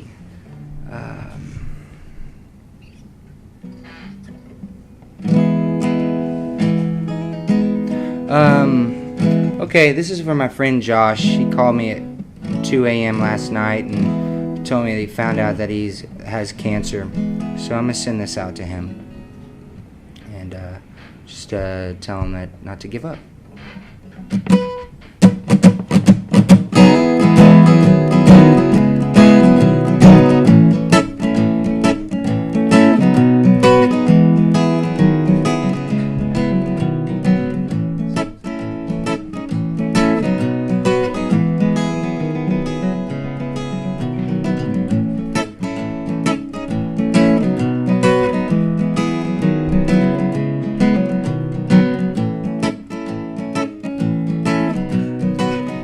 I wish there's something I could say,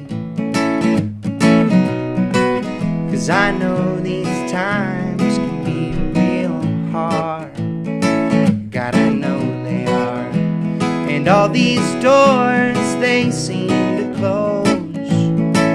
Oh, I know, but morning's haze replaced by new days. Oh, you are never really alone.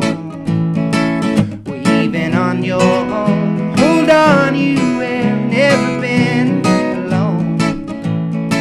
Well, even on your own. Yeah, no.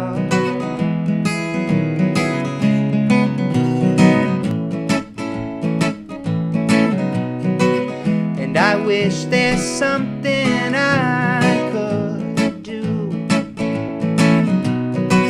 Well, helpless, my hands are tied, slippery reasons why. Well, this don't make no sense, 'cause, well, I just hopped off that fence. I wish I never made a bargain with you. You could have told me before you threw. Hey, oh, you are never really alone. Well, even on your own, hold on, you have never been alone. Even on your own, hold on, you have never been alone. Hey, even on your own, yeah, yeah.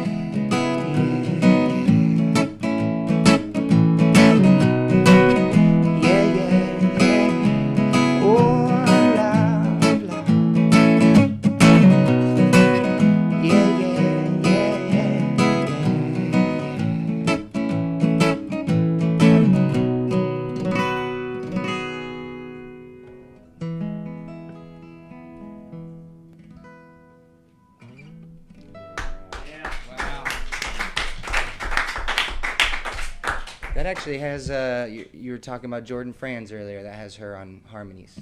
On that Oh, song. really? On the recorder? Mm-hmm. Your friend Josh says being there for the phone call was, yeah, he's thanking you. Awesome. Well, love to you, brother. Well, I'll tell you what, that was a slew of amazing performances, and I'm really glad we had you in here. Well, thank you. I'm honored to be here. And if you want to find out more about Daniel, it's Katsuk. Search him on Reverb Nation or Facebook, and get to know this Dallas artist, because there's a lot of good ones out here. Appreciate y'all. Wow. Yeah. We need to make you our new resident artist for the radio show, I think. Sure. Yeah, Sure. well, certainly blessings on that, and a great. I know you're in for a whole new kind of adventure. I hear. Yeah. So blessings. All right, we're going to go to a song and come back with another brilliant Dallas musician that you need to know, Playdough, and Sean P. as well. And in fact, the song I'm going to play right now, Parallel Play, released their new album last night. They had a release party at Lagrange in Deep Ellum. And Parallel Play is an amazing folk act that you guys should definitely know about. So this is off their new LP, The Floor is Made of Lava. Mm-hmm. What do you got, Deborah? Nothing. I'm just getting ready in case I need to say something. Okay. I have nothing to say. Tell us what you think of Parallel Play. They're folking awesome. They're folking awesome? They're yes. folking awesome. And they're great friends. And I was really honored to be thanked in the liner notes. You guys are awesome. Thank you so much. Yeah. Jeremy Drake, Aaron Gaden, Tommy Lee, Parallel Play. This song is called Fighting For, and it's off their brand new LP.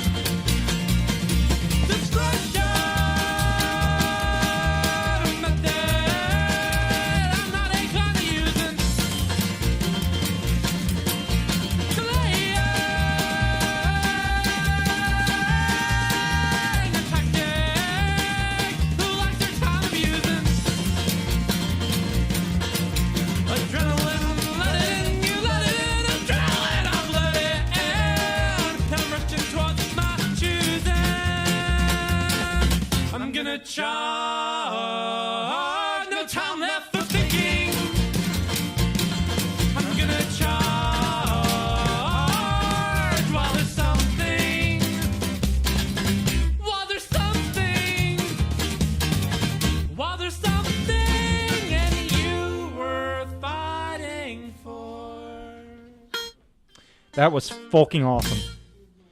Damn it, I love Parallel Play. Oh, my God.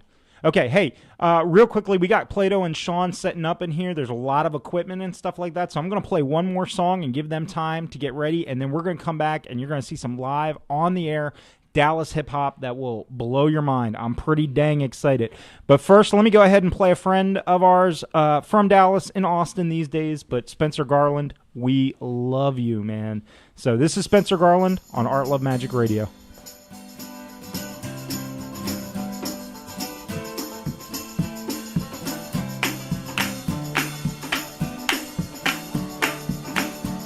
Well, I've been left for dead. Every still turn his head. So will I. darkness and war involves salvation. The president, he's dying of guilt and starvation. As the priest gives his words from the booth, a former member of the Hitler Youth, he's choked and chained by his white collar. He looks like John the Baptist, but is thin and much taller. There is no good Samaritan. The Chinese communists, they took care of him. And on the seventh day, we came to him and asked him why he had grown so thin. And he replied, well, why have you grown so fat? So we proceeded to stone him, but he went off to rap. And he brings back the priest who has this to say, we'll put off this stoning for another day.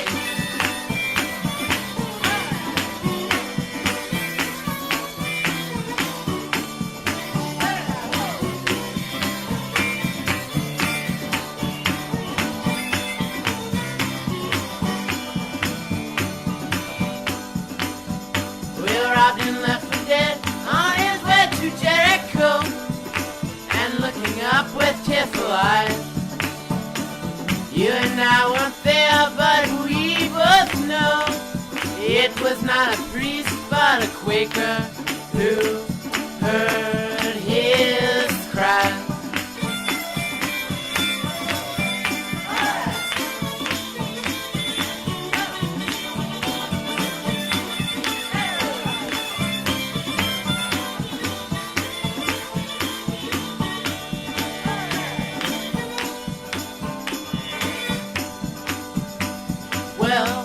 President of the United States, on his deathbed he investigates what is wrong with a country girl, and his advisors tell him not as long as there is war in Jericho.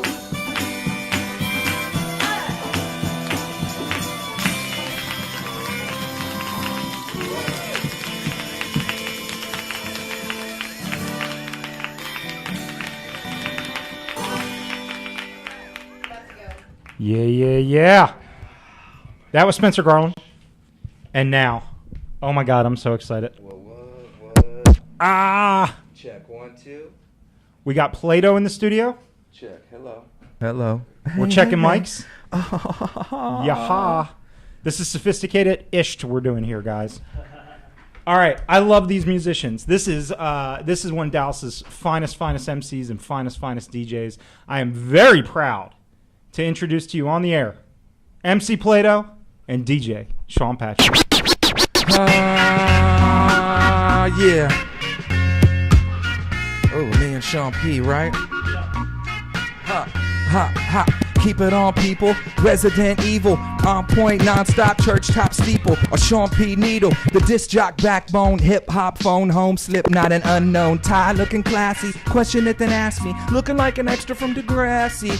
In a wheelchair. I'm Playdough Pelagic. Waist up, waist down. I can't feel it. Intravenous Jesus still tapping in. Candy next to an open bottle of aspirin. Never was one. Never has been. Never off the desktop. Never seen a trash bin. Or the recycle bin. Killing out, writing them. Holy sword of the spirit God. Freestyling in. This is what he told me. This is what he said to do. Seen it all before like a bad case of deja vu. Are you dead or are you sleeping? Dead or are you sleeping? Dead or are you sleeping? Man, I sure hope you are dead. Are you dead or are you sleeping? Are you dead or are you sleeping? Are you dead or are you sleeping? Oh, me and Sean P is so live. Hot post in a low ride. Rakim De La Soul tribe called Questin, so don't question it. And for my crew, I keep it live prerequisite. I'm so exquisite and so deaf with it. The Russell Simmons, Helen Keller couldn't F with it. Lightheaded 1/3 for Braille and sign language. Some talk slang, I steady speak in Danglish. Try to bang this, pause and freeze frame this. Stay blurry, Kate Hudson, almost famous. Don't try the flow, my bro, it's outrageous. And rappers that I kill, they still remain nameless. So dangerous, you could not hang this. Clipper and blade this or fade this. Live love contagious, create this. My freestyle's written on my heart's pages. Are you dead or are you sleeping? Are you dead or are you sleeping? Are you dead or are you sleeping? Man, I sure hope you are dead. Are you dead or are you sleeping? Are you dead or are you sleeping? Yeah. I sure hope you are dead. Right now, let's get out our tape decks. Take the cassette, put something over the one side of it on the top, like maybe a little piece of tape, and push record and play. Ha ha ha ha. One time for ya. A boom shit lock. Number one chief rock. Hey. Tell me what it take to wake the ghetto blaster. Move a little faster, life is moving past you. Empty just because that buzz won't ever last you. Wake up, the rhythm, just wake up. The rhythm, yo. Tell me what it take to wake the ghetto blaster. Move a little faster, life is moving past you. Empty just because that buzz won't ever last you. Wake up, the rhythm, just wake up. The rhythm on the boom. Boom, box on the boom. Boom, box. Yeah.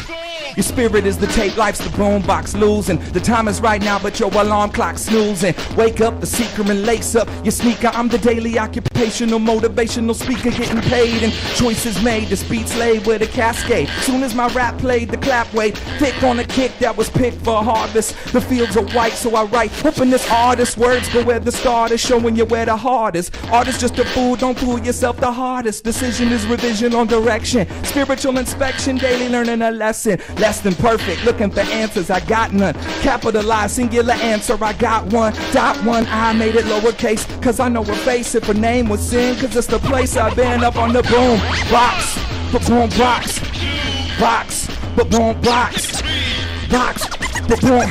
Yo, tell me what it take to wake the ghetto blaster. Move a little faster, life is moving past you. Empty just because that buzz won't ever last you. Wake up, the rhythm, just wake up. Come on, Sean, tell me what it take to wake the ghetto blaster. Move a little faster, life is moving past you. Empty just because that buzz won't ever last you. Wake up, the rhythm, just wake up. The rhythm on the boom box. The boom box on the boom box. The boom box on your boom box. Turn up your boom box. Oh man, let's get something for the ladies.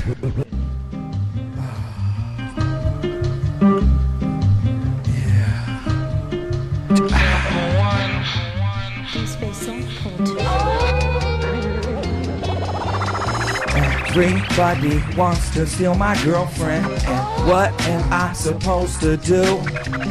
Everybody thinks that she's beautiful, cause it's true.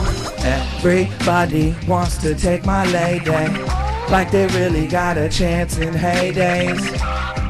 I think you must be crazy, cause she already had my baby. Everybody want it, but they ain't got the patience for it. I done got to flaunt it, but homeboy, I'm paying for it. Her name and wrist, got her name on necklace. Bought it online, so you know just who the heck it is. Got a simple one, plus a brother sprung on a tickle tongue. French and kissing, wishing you had it, but you ain't getting none. Look at my style, you ain't got it like me. I got the flyer, she's the diamonds, got it naturally. It's actually me. I see ugly as can be. What can I say? She cut for a shorter version, Dirk Nowitzki. You know we the most frustrating when we walk in public. Seeing brothers hating and honest inside, I'm loving it. How did he get with her? Man, I never figured her. Double D's, double dose, double trouble digging her. Everybody wishing for something this particular. I'm posted up in public on purpose just to be kissing her in the summertime. Yeah, everybody wants to steal my girlfriend, and what am I supposed to do? Everybody thinks that she's beautiful, because it's true. Everybody wants to take my lady, like they really got a chance in heydays. I think you must be crazy, cause she already had my baby. Hey, I like my lady like I like my coffee. Ready in a minute, hot, brown, and bossy. The simplest one that you can't carbon copy. So tell them chickens back up off me. I got a little song that I wrote for the one that I care about. I could feel your heart no matter where is my whereabout. I know I'm gone, but I'm coming back home. Got a souvenir shot glass. Girl, I'm in Rome, and they can't even hold a candle. I swear that they couldn't handle the knock champion in a open toe sandal with a little ring and a little thing that I like. When I ain't home, don't be jealous of this thing with the mic. I know these dudes spitting game, but tell them they couldn't hang. They're on some flight attendant while I'm flying the plane. She got the outside that make you wanna date her. I know what's inside her's better catch you later. Everybody wants to take my girlfriend. What am I supposed to do? Everybody wants to take my lady. Cause she's beautiful, bro, you know it's true. Everybody wants to take my lady, like they really got a chance in heydays. Yeah, I think you must be crazy, cause she already had my baby, baby. Yes, sir. Ooh. What I'm looking at, what I'm looking at. In a styrofoam cup. You can all get served. You can all get served. My baloney got a first name and it's official. Ain't got a last name, just an initial. Yo, you know the word is straight from proverb. Hot diggity dog, and you can all get served. I gotta swerve, lay back and observe. From the hood to the black Cadillac and the burbs. Sweet relish to embellish what's exactly deserved. And pack a packet full of pistols on a pack of hors d'oeuvres. Cause my baloney got a first name. It ain't Doug. I ain't never seen it, but it's written in blood. So I hit with a thud. I got precision, a scud missile. Please excuse the flaws and bone gristle. Let's just call it all that I got. With the good, bad, and ugly, you like it or not. I gotta bring it all together and connect what I'm here for. Rapping for the last 1,000 years for. My baloney gets personal. My baloney gets personal. Yeah. Hot diggity dog, hot diggity dang. My baloney gets personal. My baloney gets personal. Different parts make it versatile. Till your thirst is full. It's all parts, all heart and soul. The red pill is irreversible. Yeah. Hot dog on a stick, now we having a ball. My baloney got a first name, call me Douglas. Middle name ain't none of your gosh dang buzzness. Last name Dangle, angle in the middle of it. Trying to star spangle angels just a little bit. It fits nice and it spice up the bun. And it rings twice full price on the sun. So I shred a little cheddar and I hope I don't bust it. Your butter knife can't cut the mustard. Cause my baloney got a first name, maybe dig 'em. Honey smack, black hand side on the rhythm. A little frog who liked a hot dog to an old vintage village that'll crack in a log. Lily pad to the log, I let the drum hit hollow. Fess up, you couldn't catch up if you's tomato in a bottle. Baby, you could follow. A pink hot dog in your mouth, don't swallow. My baloney gets personal. Yeah, my baloney gets personal. Hot diggity dog, hot diggity dang. My baloney gets personal. Hallelujah. My baloney gets personal. Yeah, different parts make it versatile. Till your thirst is full. It's all parts, all heart and soul. The red pill is irreversible. Hot dog on a stick, now we having a ball. And it's Good Friday. Playdough and Sean P. Feeling great. Should've never let us hear on Good Friday. Man, it's Palm Sunday. Riding the beat at my feet. They're throwing loose leaves, they want me to freak. Cause this week my rhyme's hot. 15 minutes is what I'm told till I drop to the cold. Watch it all unfold, then he's back. They put him in the ground, he's back. They put him in the ground, he's back. They just couldn't keep the king asleep, holding the good man down, he's back. They put him in the ground, he's back. They put him in the ground, he's back. They just couldn't keep the king asleep, holding the good man down, he's back. Playdough and Sean P, y'all. He's back. They put him in the ground, he's back. They put him in the ground, he's back. They just couldn't keep the king asleep, holding the good man down. Happy Good Friday, y'all. Thanks for having us on this show. Playdough. Yeah, Sean P.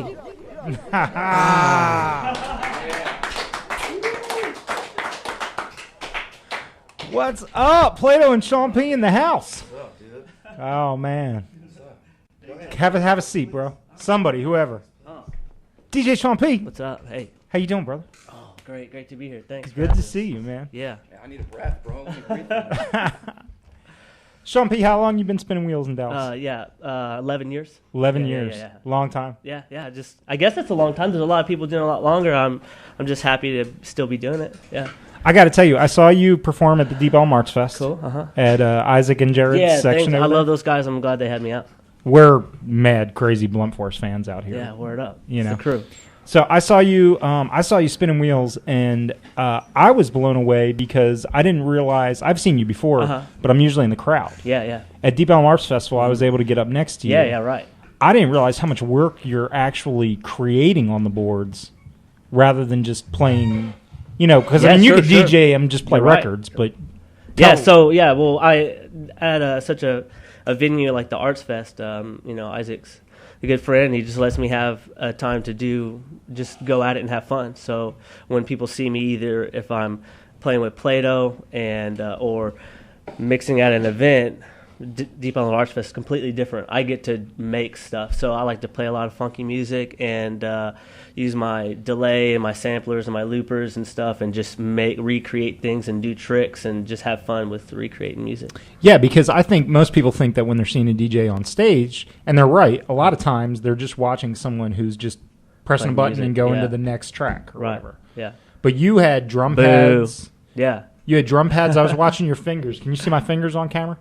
So Sean had drum pads, and he was pop, pop, pop, pop, pop, pop, pop, pop. Yeah, so cool. Technology is cool nowadays. You can do all kinds of that stuff live and with turntables instead of having like beat making equipment or anything. Now it's kind of with the computer. You can just go live and push the buttons and just have a drum machine and stuff just going live. It's rad. I love it. So here's my dream. When I was watching you do that show, my dream was, okay, I want to put Sean P in an ArtLoveMagic show.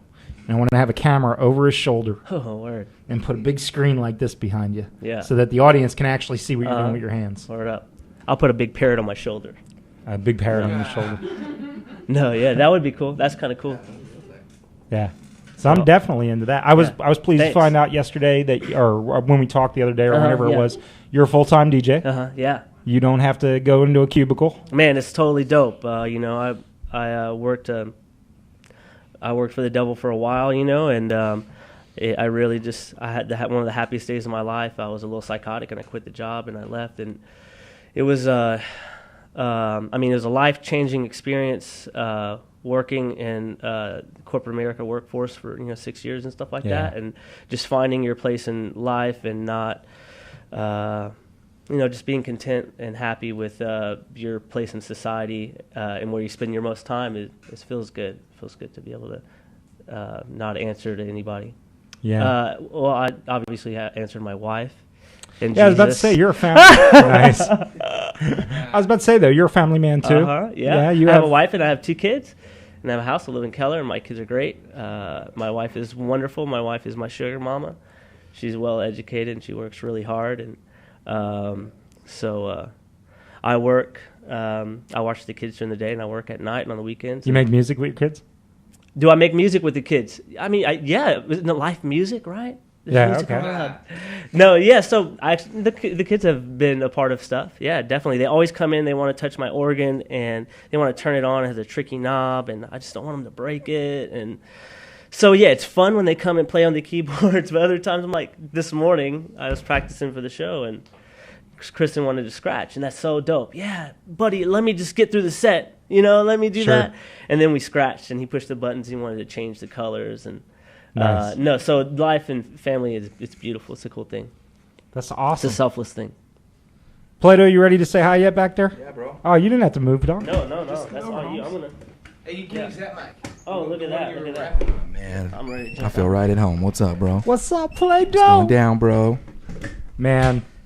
Okay, so no secrets here. Most people who know me know I cut for y'all's music. a lot. Happy to say, I want to share a story. We had you over the house for my birthday party. My girlfriend gave me the best. My girlfriend gave me the best birthday present I've ever gotten in my life, which was having Playdough and Sean come over to my house for my birthday party and play a custom set list. Yeah. A custom set list of my favorite songs ever. Jukebox style. Jukebox style. It was like one after another. He didn't just come over and play a set. He came over and played my dang set. Yeah. Mine! Yeah. That was a blast, dude. Thanks for having us. It was It could have been way awkward, like birthday party, clown showing up, like, where's the kids? Right. But no. It was dope. You guys had a dope vibe, and the sound was cracking. I mean, it couldn't have been better for us. We had a lot of my friends over who are not hip-hop heads, so there was a lot of people standing still. But afterwards, they all came up to me, and they went, he was really, really great. And during the time, I'm going, yo, come on, do this, Oh, man. If it doesn't happen naturally, dude, then... It was a whole different vibe. Just don't even just let them listen to some rhymes. Maybe they don't want to dance. I'll tell you what. Maybe they can't dance, Mike. That's probable. I can't dance. That's probable. I can't dance either, but I was doing it anyway. I just jump up and down like a gorilla. Dude, that was a great set. I didn't take a single photograph or videotape it or record it. And I realized like 2 minutes into it, I should be capturing this. But then I was like, nah, this is a moment for history. Yeah. Moment for history. Somebody took a picture. I got one picture from my buddy Justin. Yeah, it was cool.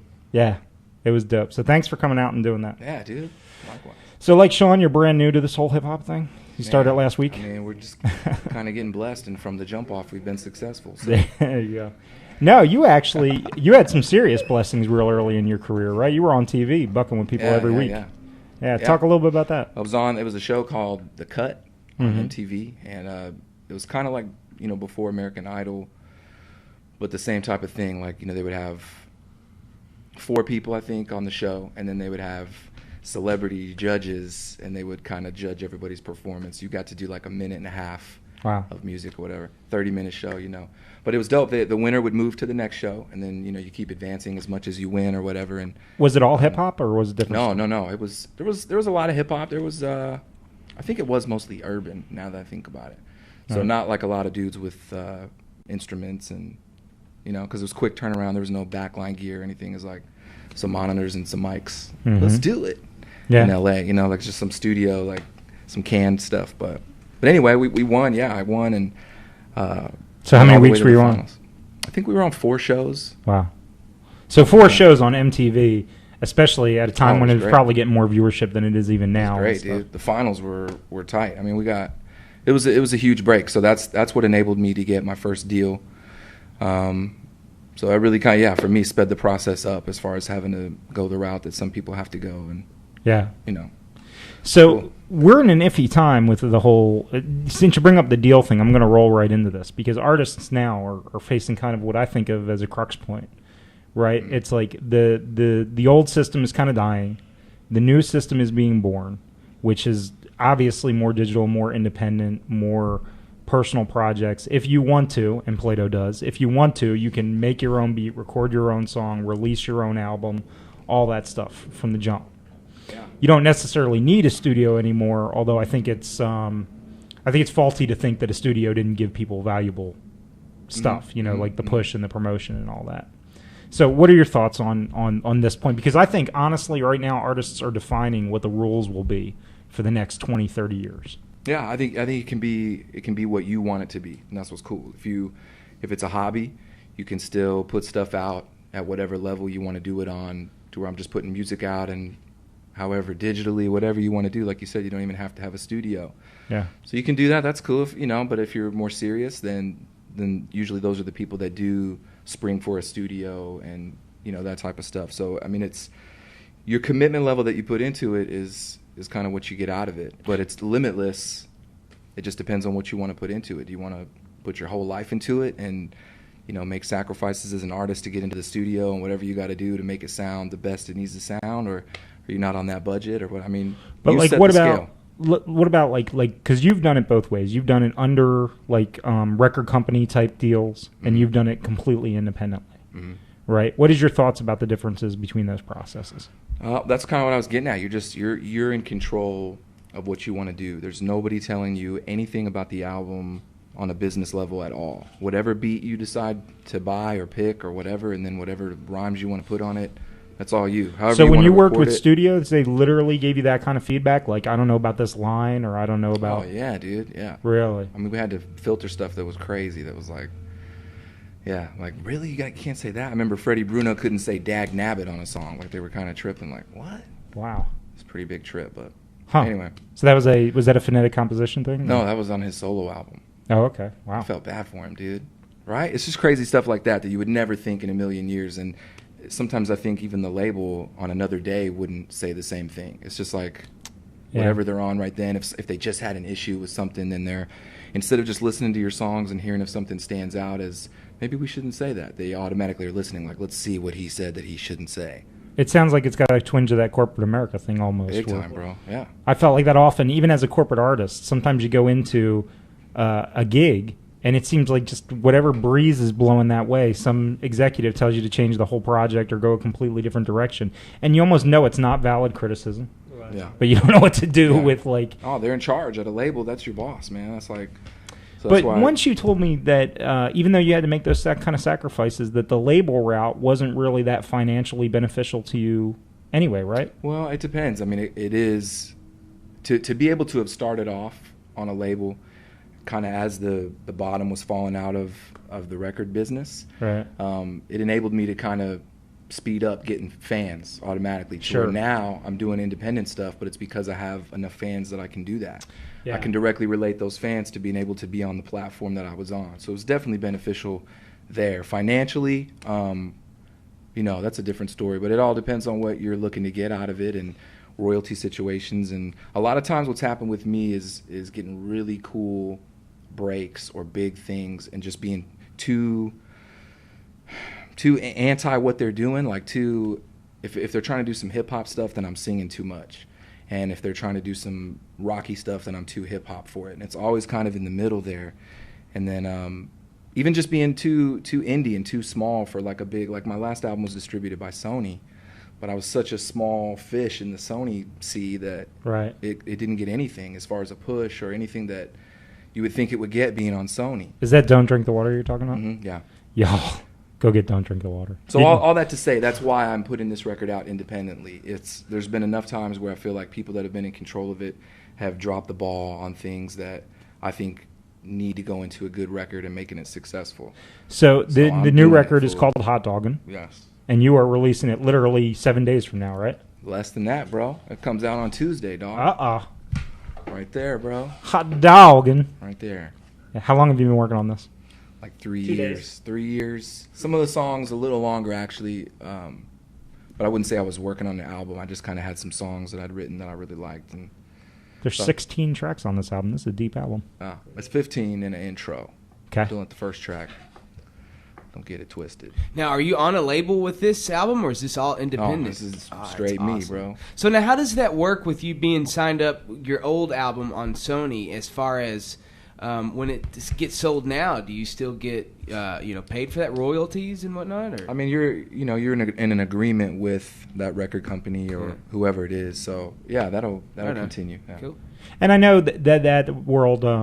I wasn't thinking about this a minute ago, but that's led to some publishing successes for you. Like you've had your work on TV shows and stuff like that. Yeah. So that's got to be cool. You tune into Cold Case on TV or whatever. Yeah. The Rock and Playdough stuff in the club scene. That's cool to get that stuff. It's a crazy world that you can't call it. You can't make something specifically for that world and know it's going to get picked up. It's super random. Yeah. But when something gets picked up, it's cool. It feels even really that much more special because it's like, man, out of all the things they could have used, they used this song. And that comes out of nowhere? Do you just get a call one day and that's happened? Or? Yeah, I mean, they're pitching stuff all the time. But like I said, it's such a crapshoot that nothing ever gets picked for most people. But they're steady pitching stuff all the time. So, yeah, like every now and then they'll let you know what they're pitching you for. But you're never getting those deals, so it's almost like, that's cool, bro. Cool. Hope I get it. I'm like a crazy NBA fan, and they use cool hip hop sometimes on the NBA intros. Yeah. I want to see emergency broadcasts someday. Yeah, that'd be better run, and seeing guys dunk basketball. That's on you, man. That's on you. Make it happen. I'll make it happen. I'll call David Stern tonight and make that mess happen. So okay, you're releasing this week, and then Friday night you're hanging with us. We got we're hanging with you actually. Tell us about we're hanging together, y'all. The hot dog and release party at the Green Elephant. Yeah. On Friday the 29th. I'm looking at the flyer right here. Me, JB, Dustin Cavazos, Sivion, this guy right here. Yes. Minister Sean P. I made it on, Minister Sean P. And then Justice League, and of course Art Love Magic. Heck yeah. Free hot dogs. Free hot dogs for the hot dogging. $5 to get in, or $10 and you get the new album. If anybody pays $5 and they're not utterly poor, they should be slapped upside the head because you get the album for another $5. You're hardcore, man. I'm hardcore, dude. I bump this dude's music a lot.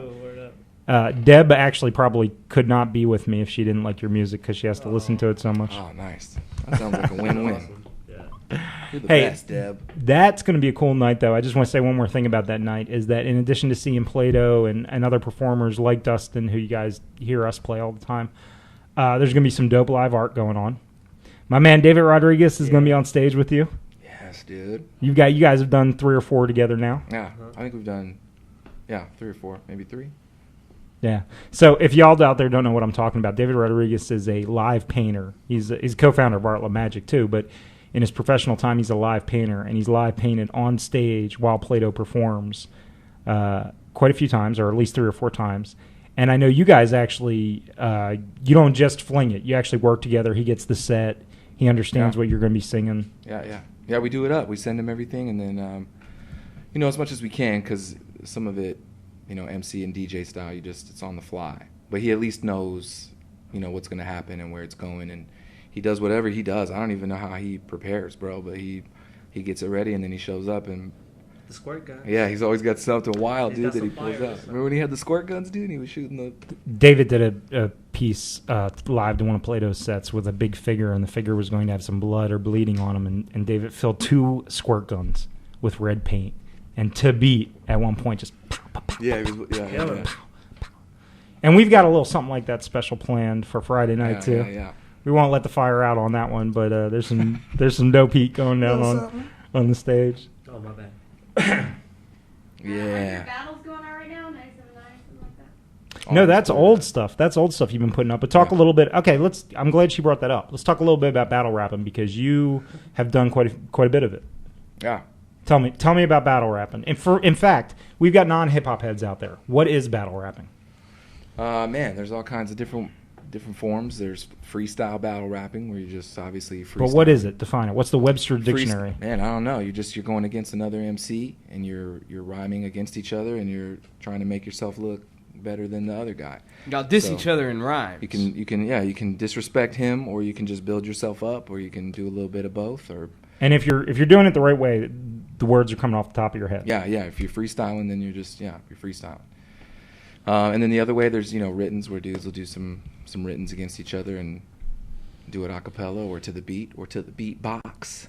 There's all kinds of different ways you can do it. Playdough is a legendary battler here in Dallas. Yeah, well, there's a question right now in the chat room if there was a battle between Chuck Norris and you, who would win? And there's some votes. I don't know. I don't know if I would go against Chuck Norris because Chuck can't handle it. I know the legend. Well. Who knows? The microphone comes literally out. That's a good question. But you've battled plenty. You've done battling on radio stations. You had I know you're reposting now. You had a pretty good streak going on a weekly competition on radio. It was 97.9. They did a Freestyle Friday thing. Yeah.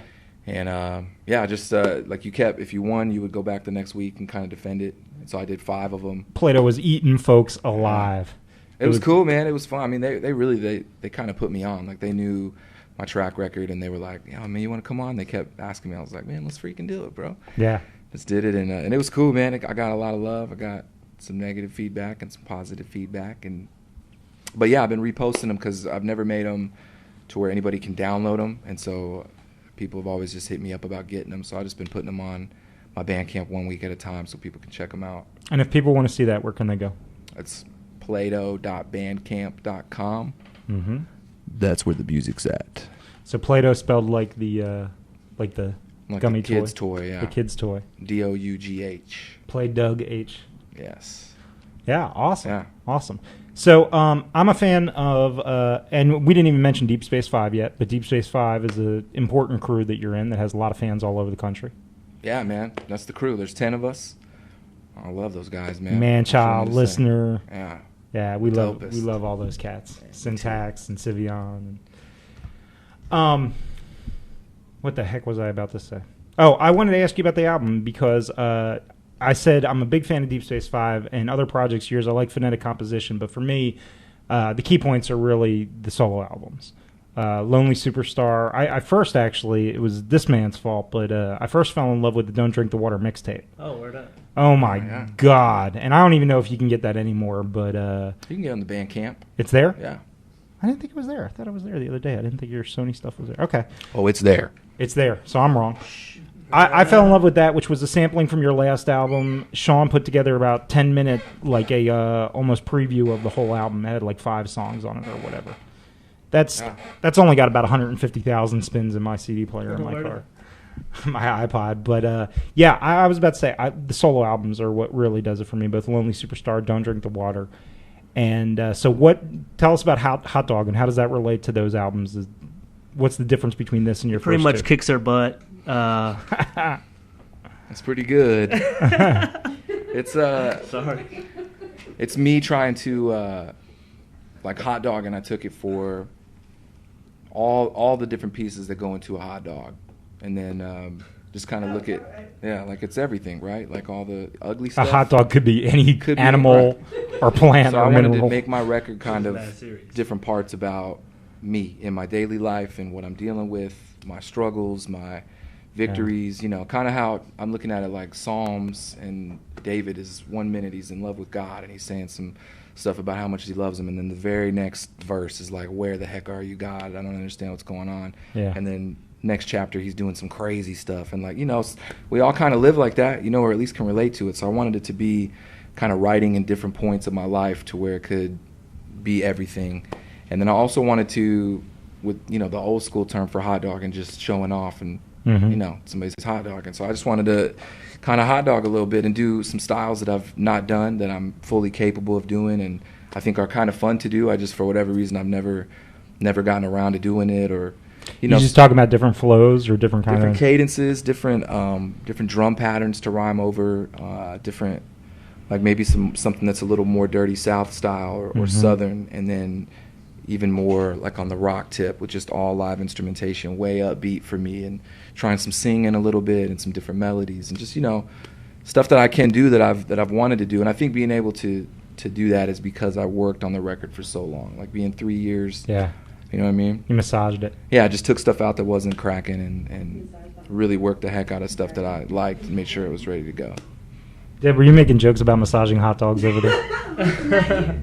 I can always tell where she's going, man. It's perfect. That was great. Hey, You need to give her a mic. so yeah, where's your mic, girl? 3 years working on this project, working lyrics over and over again. The second album, Don't Drink the Water, it's a very, I want to talk a little bit about lyrical content, because whereas the first album I see it is kind of autobiographical, Lonely Superstar, the second album's really like, I mean, I take it as teaching. I take it as preaching. Messages. A little bit of what Daniel was talking about earlier about trying to do something that lifts all our energy through music. Yeah. Can you talk a little bit about that? Yeah. Yeah, I mean, I find, I'm sorry to interrupt you. I ask a question, then I interrupt our guests. That's what the heck I do. But I find I feel like there is something coming. You're like a channel at points on that album, and there is something coming from a larger place and hitting my ears, you know. Yeah, and I just wanted to talk about how that writing happens. That's tight. It was a concept record, and I just tried to make it about, you know, being you and who God made you to be, as opposed to, you know, what we think we should be or what people are telling us what we should be in all facets of life, from dressing to thinking to talking, you know, just everything. So I think in that, I think there is a higher message that can be picked up from it, and I feel like it's just wisdom, and I feel like, you know, the Proverbs is all about wisdom calling out, and wisdom is saying this, and wisdom is saying that. So I look at it as dropping wisdom in my song and trying to I always do that, really. You know, I can't lie, man. I mean, I'll pray before I write sometimes and just ask God to do whatever He wants to do, and then sometimes I'll kind of run a song over for a little while before I write to it, and sometimes stuff will just happen immediately when I hear the beat. But I think when the goal is there to convey something more than just 3.5 minutes of listening to this song, and then when it's done, cool, you know, the song is over and you're back to life. I want to put something eternal in it, you know, if I can do that and put that in a song, then that's the goal. Well, as rich of a tradition as hip hop has of teaching, you know, through early guys like KRS and some of the early teachers, it's also got a smack dab present tradition of being about fat asses and rims and gold chains and stuff that's weak. Yeah. You know, and you even rap about that too. You rap about other rappers who rap like that. Like, I'm thinking about a song like "Your Rap Sounds Funny," it's all about money, stuff like that. So thanks for avoiding some pretty overly used lame topics. Oh yeah, man. No, it's cool to talk to people that listen to the writing and, you know, kind of dissect it and break it down, and it's cool. It's really cool. Are the lyrics in here? No, the only place the lyrics are going to be available is on my Bandcamp page. Okay. You can get it on iTunes and everywhere, but Bandcamp's the only spot with the lyrics. Well, I encourage people to check that out too, because I know the first 2 albums I think had the lyrics in the liner notes, and I got a lot out of reading them. Thought I had the songs down, and then read the lyrics, and oh my God, they're even better than I thought they were.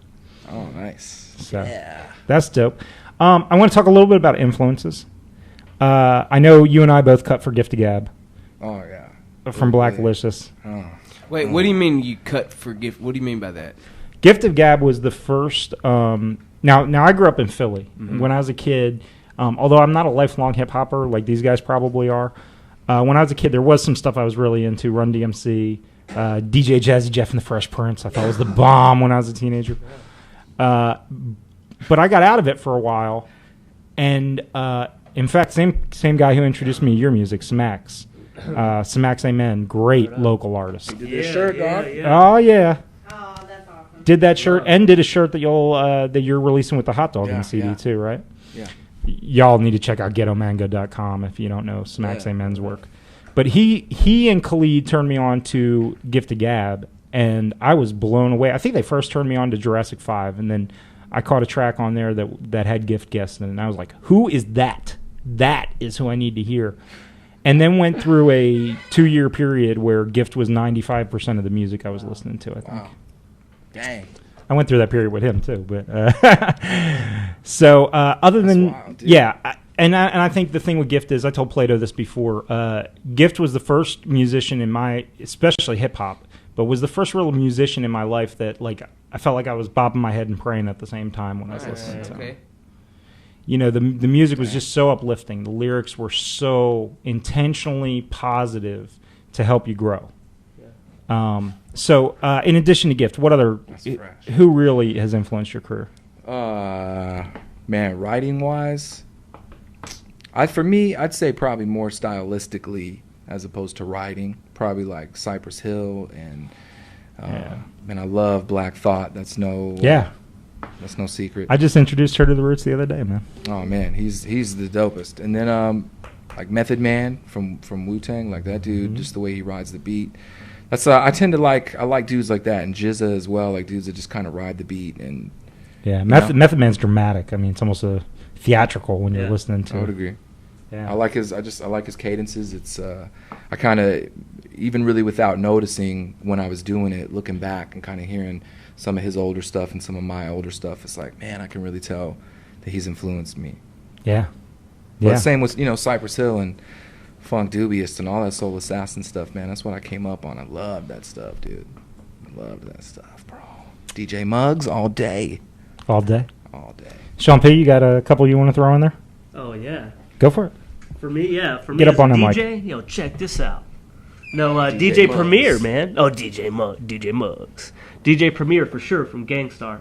The #1 influence of why I wanted to DJ from his recordings, for sure. And what sealed the deal was when I saw, I was a big fan of mixtapes and the Beat Junkies and the mixtapes they did. And so when I saw a crew from the East Coast called The Executioners. I saw Yeah. I saw Rock Raider, a video of him actual doing a live juggle, and it blew my brain. So DJ Premier, Beat Junkies, Executioners, like, I mean, just being a DJ, like, those guys really made hip-hop DJing, I mean, I guess they were just another generation of hip-hop DJs that just brought it to a big forefront, you know what I mean? So I mentioned Blunt Force before, and you kind of came up with those dudes, right? Yeah. So Blunt Force Crew is the crew that, you know, I grew up with in high school and stuff. So me and Isaac go back to junior high and stuff like that, and we came up doing hip-hop music together, and they, Jared and Isaac and Josh and Steve.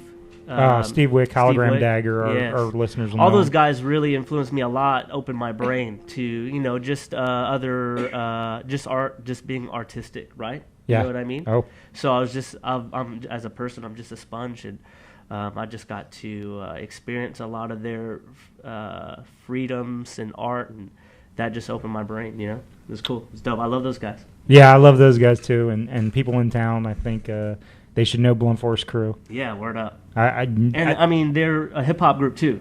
So that's what I'm saying. Yeah. I mean, but they're amazing artists in all facets. But on the music tip too, Isaac is an incredible freestyle rapper. You know what I mean? And he's a big influence on me.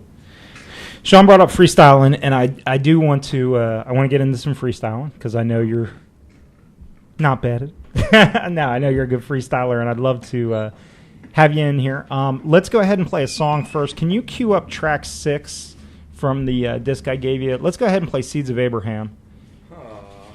This is an early Playdough song that I'm really crazy for, and That's my favorite. It's Deb's favorite Playdough song. So, okay, let's go ahead and play this, and while we're off air, we'll go ahead and hook up a freestyle.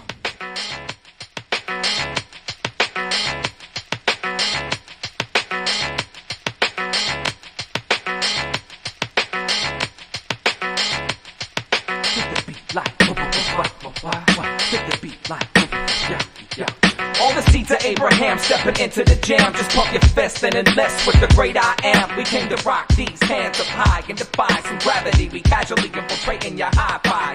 Y'all, seeds of Abraham up in the jam. Just pump your fist like you can't resist the program. While we rock these hands up high and defy some gravity. We casually infiltrating your hi-fi. We infiltrating casually, causing some casualty. It had to be a principality trying to battle me and rattle me. Not, I got too much soul plus control of this mic device. I'm leaving slice from the spirit within. It's sin, ain't never crossed it, lost back in the day. While it's testing, I'm blessing the wordplay. Stay tight like Lasso, Pablo Picasso. Bringing art to a poem, canvas, metronome. My homepage is locked up in a spiral. I rival with words of enemies from most high. We try to lock up destiny on top this microphone. Wait until the day my crew blows up like Firestone on a SUV. Cause when I bless you'll be inside a state of shock. That's how I rock the symphony with tones for time codes and modes on full force. I'm living narrowly, righteousness the course. All the seeds of Abraham stepping into the jam. Just pump your fist and enlist with the great I am. We came to rock these hands up high and defy some gravity. We casually infiltrating your hi-fi. Y'all, seeds of Abraham up in the jam. Just pump your fist like you can't resist the program. While we rock these hands up high and defy some gravity. We casually infiltrating your hi-fi.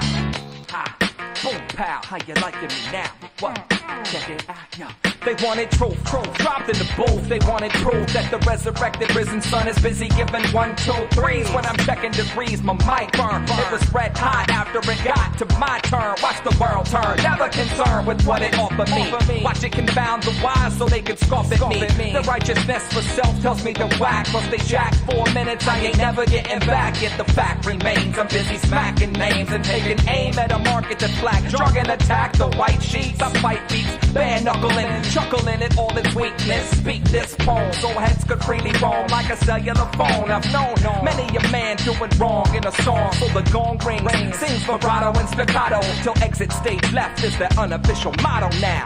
Seeds of Abraham up in the jam. Just pump your fist and enlist with the great I am. We came to rock these hands up high and defy some gravity. We casually infiltrating your hi-fi. Seeds of Abraham up in the jam. Just pump your fist like you can't resist the program. While we rock these hands up high and defy some gravity. We casually infiltrating your hi-fi like.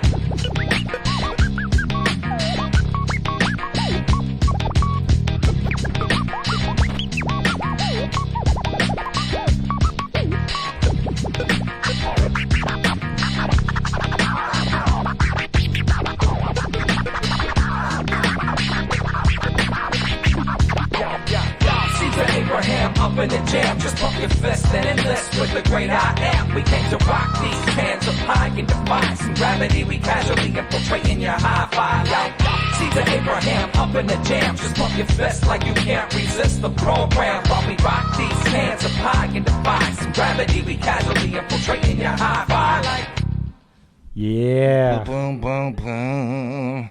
Seeds of Abraham. You got anything to say about that song? Oh man, that was that was the first single off my first record, Lonely Superstar. Yeah. I got in a fight with the label about they really wanted to do that. I really wanted to put Clappy Valentino out as the single, and they felt like that was the better song. So they put it out, and since then, everybody loves it. I was about to say, I'm fixing to disagree with you on the air. I'm sorry. Oh, yeah. So did they. It's Deb's favorite track. It's one of my favorite songs of yours.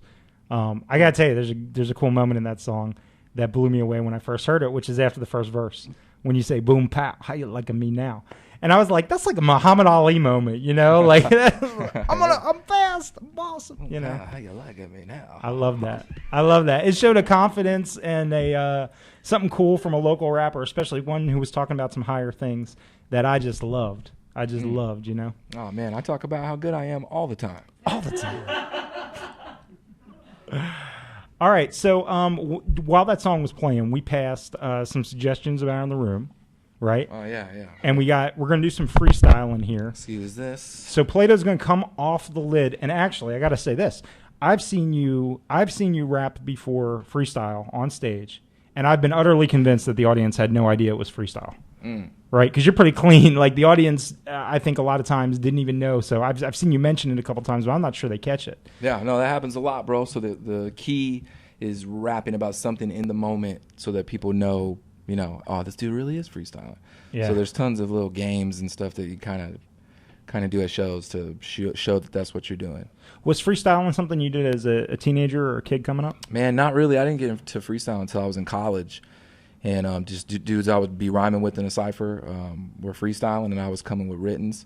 Right. And I was just like, man, these dudes are freaking really freestyling for real. Yeah. So I just started doing it a little bit here and there. It would be like I would do my verse, and then the last four, as I passed it to this dude, I would try freestyle and kind of, soften it in for me until I felt cool with doing it. That is cool. And from there, dude, I love it. It makes your writing better. I love it. I'm all about it. I've only done it once. It was after one of your shows. We went in the back, and me, you, Isaac, and Sean played around. But do you remember that? Yeah. Oh, man. I'll tell you what. I wanted to see it so bad, and they were like, I don't know. Sean was like, I haven't done it in a while. I was like, I have never done this before, and I will jump in the circle just to see this happen. And I did. And he did it. And I was scared ishtalist, but man, I love freestyling with Sean, dude. What's cool about freestyling with Sean P is he'll come in with the hook. Like everybody will try to do a verse, and Sean P will come in with the chorus, and freestyle the chorus. Nice. It's pretty tight. Love that. Okay, so I went around the room, and we got 4 topics. The first one came from our listeners. Somebody in the chat room hit us with Dunkin' Donuts. They would like Dunkin' Donuts mentioned somewhere in this freestyle. The second one came from me. Time travel. Time travel is my topic for Playdough here, to come off the lid and do something. The third one, my man Jansen. Deep Ellum. The town of Deep Ellum. Got it, man. And the fourth one came from Daniel. Daniel Katsuk gave us the fourth one. And he said the words that were popping into his head was black holes. Oh. Hey, do you want to use that mic? Will you be more comfortable with that one? Check it out. Hey. Yeah, it doesn't matter, bro. Okay, so I've got a track here that I've played for some other rappers that come in. This is a local DJ named Grimp. Go ahead. You can go ahead and start the track so we can feel the beat, because it takes a minute to roll anyway. But this is new. This is a new track from Grimp. And let's hear you hit these 4 topics over, bro. Man. Grimp, where the drums at? Yeah. You turned up my headphones, bro? Check it. Yeah. Freestyling like it's real hip-hop. I went up to the street, it was a donut shop. Playing hip-hop full blast, do not stop. It was a Dunkin' Donuts and it was filled with cops. It's like, dang, could I get some coffee? I bust this hard, I never bust this softly. But when I hit my freaking flex capacitor, I go back in time like my name's Scott Bakula. like it was a dang quantum leap. I freaking rock this mic hard, so don't say you peep. Yeah, cause when I kick it on the bomb it's text. I'm up in deep Ellum, chilling off on Malcolm X. Yeah, and it was Dyer Street, then it was Greenville. You heard the freestyle? Yeah, homie, seems ill. Well, it is in real life too, and that's so. I rock Deep Space 5 up in a black hole. It's Billy Blanco, homie, I got so. Like chicken and waffles from Roscoe. Yeah, plus I got a little freestyle here to show I make it on the spot. Man, I'm glad you're here. It's freaking Good Friday, so rock for the highway. It's Playdough come through one time, just try it my way. And it's the best way, Burger King style. Man, that's it, bro. I love it, yeah. Yeah. Man, that is awesome. Freaking voices came in singing, bro. Like, Yanni showed up on the rap freestyle. That's how we do it. Hey, when that's happening, okay, so you have to go on faith, right? You have to say a line and have faith that the next line's going to rhyme. You got to commit. Yeah. You got to. Yeah, man. Sometimes you'll know if I should take it there. Like, man, that's going to be a tough one. I'm gonna say it different. Nice. Wow. It's a little magic trick. No, I love it. Works at all the parties, everywhere you go, man. You got to incorporate freestyling because people love it. That's why I started battling, dude. Like battling, totally. At first, you're battling just to kind of get respect and, show who you are. And then after a minute, it's a business decision for me. Like, man, people will listen to you when you battle. People will come up to me at the mall.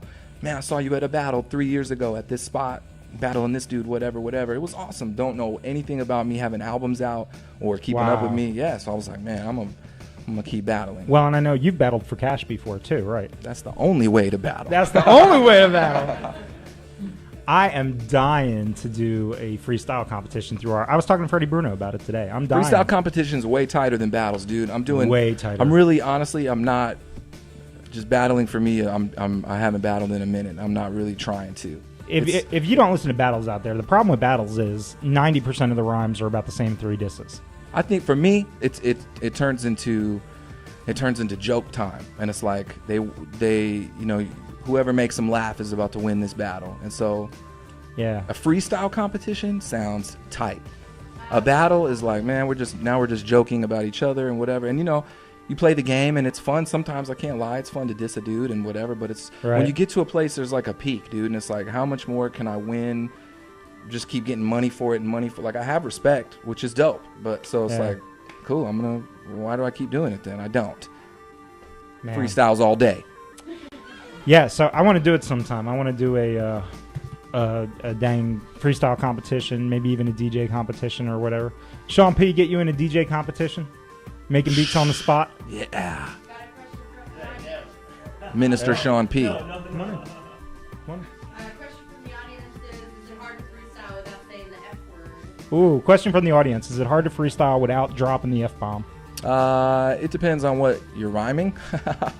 but you don't really F-bomb that much in your music. That's the thing. I mean, if you make, what's in is going to come out, really. I mean, honestly, if you're going that quick, like, you can't filter it quick enough. So you kind of have to not be that dude. Or if I can speak, if you're trying to not freestyle about something and you're like conscious of it the whole time, your rhyme is not going to be as dope as it could be, because you're always a second delayed on the filter. Hey, you just got to go for it. We were talking earlier with Daniel about being in he referred to it as the 0 point. Do you can you relate to something like that, where you get into like this now moment where you're tuned in and what's coming in your brain straight out your mouth, it's all one? Yeah. I'd say more. Freestyling doesn't feel like a 0 moment. It can get there, but it's pretty rare to get in the zone like that on a freestyle, because you're thinking so hard. I think more of that moment for me comes when just performing live material that I've written, and then when you're saying it, you really can just concentrate on what you're saying. And since you wrote it, and if it was from a really heartfelt place, which it is for me, then when you're performing it, you're thinking about where you were at when you wrote it and what it means, and so it becomes pretty personal. Can just take you there, man. You hope that it's translating, man. I hope they're listening to these lyrics as hard as I'm spitting them right now, because I mean what I'm saying, But sometimes they're just freaking partying and drinking some brews. So I got one last question I wanted to ask you about. I wanted to ask you about Australia, because I know you've been out there a couple times on tour. Yeah, I went out there one time. Oh, just one time? Just one time. Okay, but you recorded out there as well? Yeah, I dropped some verses out there and toured for almost a month. I think it was like 3.5 weeks. So what led to that? Why Australia? They booked me out there, bro. Like, if you book him, he will come. Yeah. Style. Yeah. So there was a couple Australian hip hop crews that had just put a record out, and so they were going to tour Australia. So they brought me in to play a piece on the tour and be a part of it. It was so dope. Beautiful. We just went up the East Coast, then kind of back down and kind of back up. Did you hit Sydney? Were you in Sydney? Yeah, definitely in Sydney, Melbourne, Mm-hmm. just everything on the east. We didn't go to Perth or anything over there, but hit the whole rest of the side. In the ocean, bro, coming out was like, man, my skin never looked so good. I will be on the beach in Sydney before I die. That's about the only place that I Feels really good, got to hit. dude. Get that salt up in it. Oh, yeah. Sea salt. Well, man, I'm so glad you came in. Is there anything else you want to talk about? Hot dogging comes out on Tuesday. Make sure everybody scoop that up. If you live in Dallas, please come to the release party on Friday the 29th because it's going to be a blast. Yeah. The coolest thing about it to me is it's not just like promoting a show and, hey, come see me play. It's like really a party. Yeah. And, come celebrate the release of this freaking record with me. You guys have been riding with me for a minute, so let's party. Where's it at? Green at the Elephant. Green Elephant. Nice. Free hot dogs all night. That's you beautiful. can do whatever you want with them. I don't even know how to respond to that one. You tell me. But when you first called me up about this, man, you said you wanted to make it bigger than just a hip hopper on stage doing his thing. So there's going to be all kinds of crazy stuff to see out there. If people ain't never seen Justice League, that's a crazy art experiment. If you've never seen ArtLoveMagic, which I can't imagine if you're listening to this show, but we'll be out there doing live art. People will start with blank canvases, and they'll be masterpieces by the end of the night. That's going to be so dope. Samax Amen, Khalid Robertson, Kelsey Kincan, and Cody, not Cody Phillips, Josh Drake, Joe Skills, my favorite graph artist in town, absolute badass. Yeah, he's dope. So we're going to have a good time. So Friday night, I'll be seeing you again, man. Heck yeah, bro. Yo, thanks for coming Love in, bro. you guys, man. Thanks for having us, dude. Showing us love all this time. Blessings. And blessings to my man, Sean P., too. Thanks for coming in, brother. I really appreciate it. Minister Sean P. Sean P. is a minister. He's going to marry his sister, right? He's conducting it, so he's officially Minister Sean P. Officially Minister Sean P. is his new Master of Ceremonies. Minister Sean P. All right, Dallas, this was a great episode of ArtLoveMagic Radio. I want to thank Daniel Katsuk for being in here. I want to thank my man Playdough. Tony, we didn't get to it, but I wanted to give a shout-out to Southern Karma, who just won a big contest. In fact, we got to get you guys back in to talk about it, but y'all just won a $500 songwriting contest. Nice. Amazing. Thrilled about Southern Karma. We're going to go out on track 5 here. This is another local hip-hop act that we're all big fans of around here. I know, Jansen, you love this song. Yeah. Paper Dollar. Oh, okay. Yeah. He's nice. like, I don't know what we're playing. Hey, a big shout-out to Brent from McCourt Entertainment for coming in and helping us on the fly for this badass show. So thank you, Brent. Studio full of cool people. Thank you for everyone. Thank you, Deborah Driscoll, Daniel, Sean, Playdough, Tony, Brent, Jansen. All right, let's go ahead and play Imaginary Friends, Paper Dollar. I'll see you next time. Art Love Magic Radio. Bye, y'all.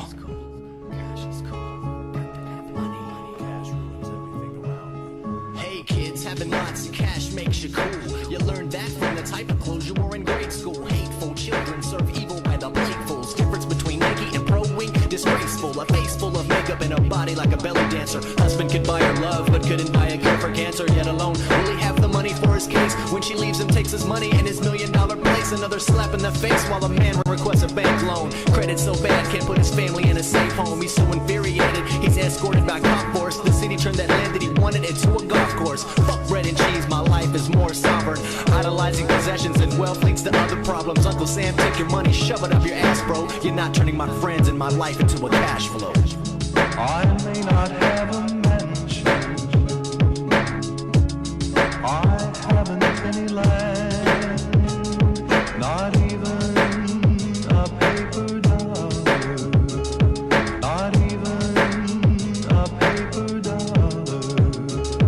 Yeah, I know, I don't look the role. This broke bum clothes and old school stroll. This old hat dirty, hands and sideburns. I shade stripes like tigers with cyberpunk books plus riffs and D&D for weeks. The clothes reek from smoking the holy. I'm bowling for bucks and stuff with only 50 cents. And I don't bump that junk and so it get me bent, leaving me simply red from frustration. Nicking for spokes broke at the bus station. I was racing, now I'm content to be a runner. But just another simple ass number. I know it sucks, I can't stay long. Bust out that bong, roll up these grip knots, take a couple hits off, then we split off to get lost and flip toss this off. And meager paper for cheaper labor, no tips for eager waiter, either later or now. We gotta face our own shortcomings, be it lust, sloth, pride, rage, or gluttony, whatever. It comes back to you in the end, sir. You leave with through the exit what you came with through the enter. Nothing. I may not have a mansion,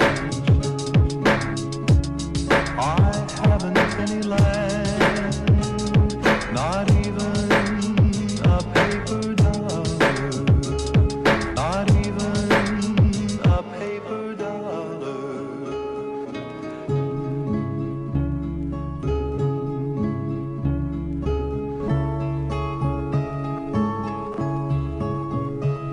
Man, I hate being broke. I can't get a date. Fuck dates, you need to be writing rhymes, staying up late. I'm already up all night, thinking about the rent. Man, remember genius starts once the money's all spent. Well, I must be fucking Albert Einstein. I never had money in my entire lifetime. That just means you had to work for everything you got, so you respect it. Mom and Dad's trust fund just wasn't on your checklist. I get it, I can understand how you feel, but have you went an entire day without eating a meal? Dude, I've gone a whole week, so I understand why you speak, but remember that the world is inherited by the meek. Well then somebody needs to give me the world, cause I already promised I'd give the moon to my girl. Well, it'll happen, be patient, dude, because it takes time. You need a worthless paper dollar, man, you can take mine. I may not have a mansion, I haven't any land, not even a paper dollar.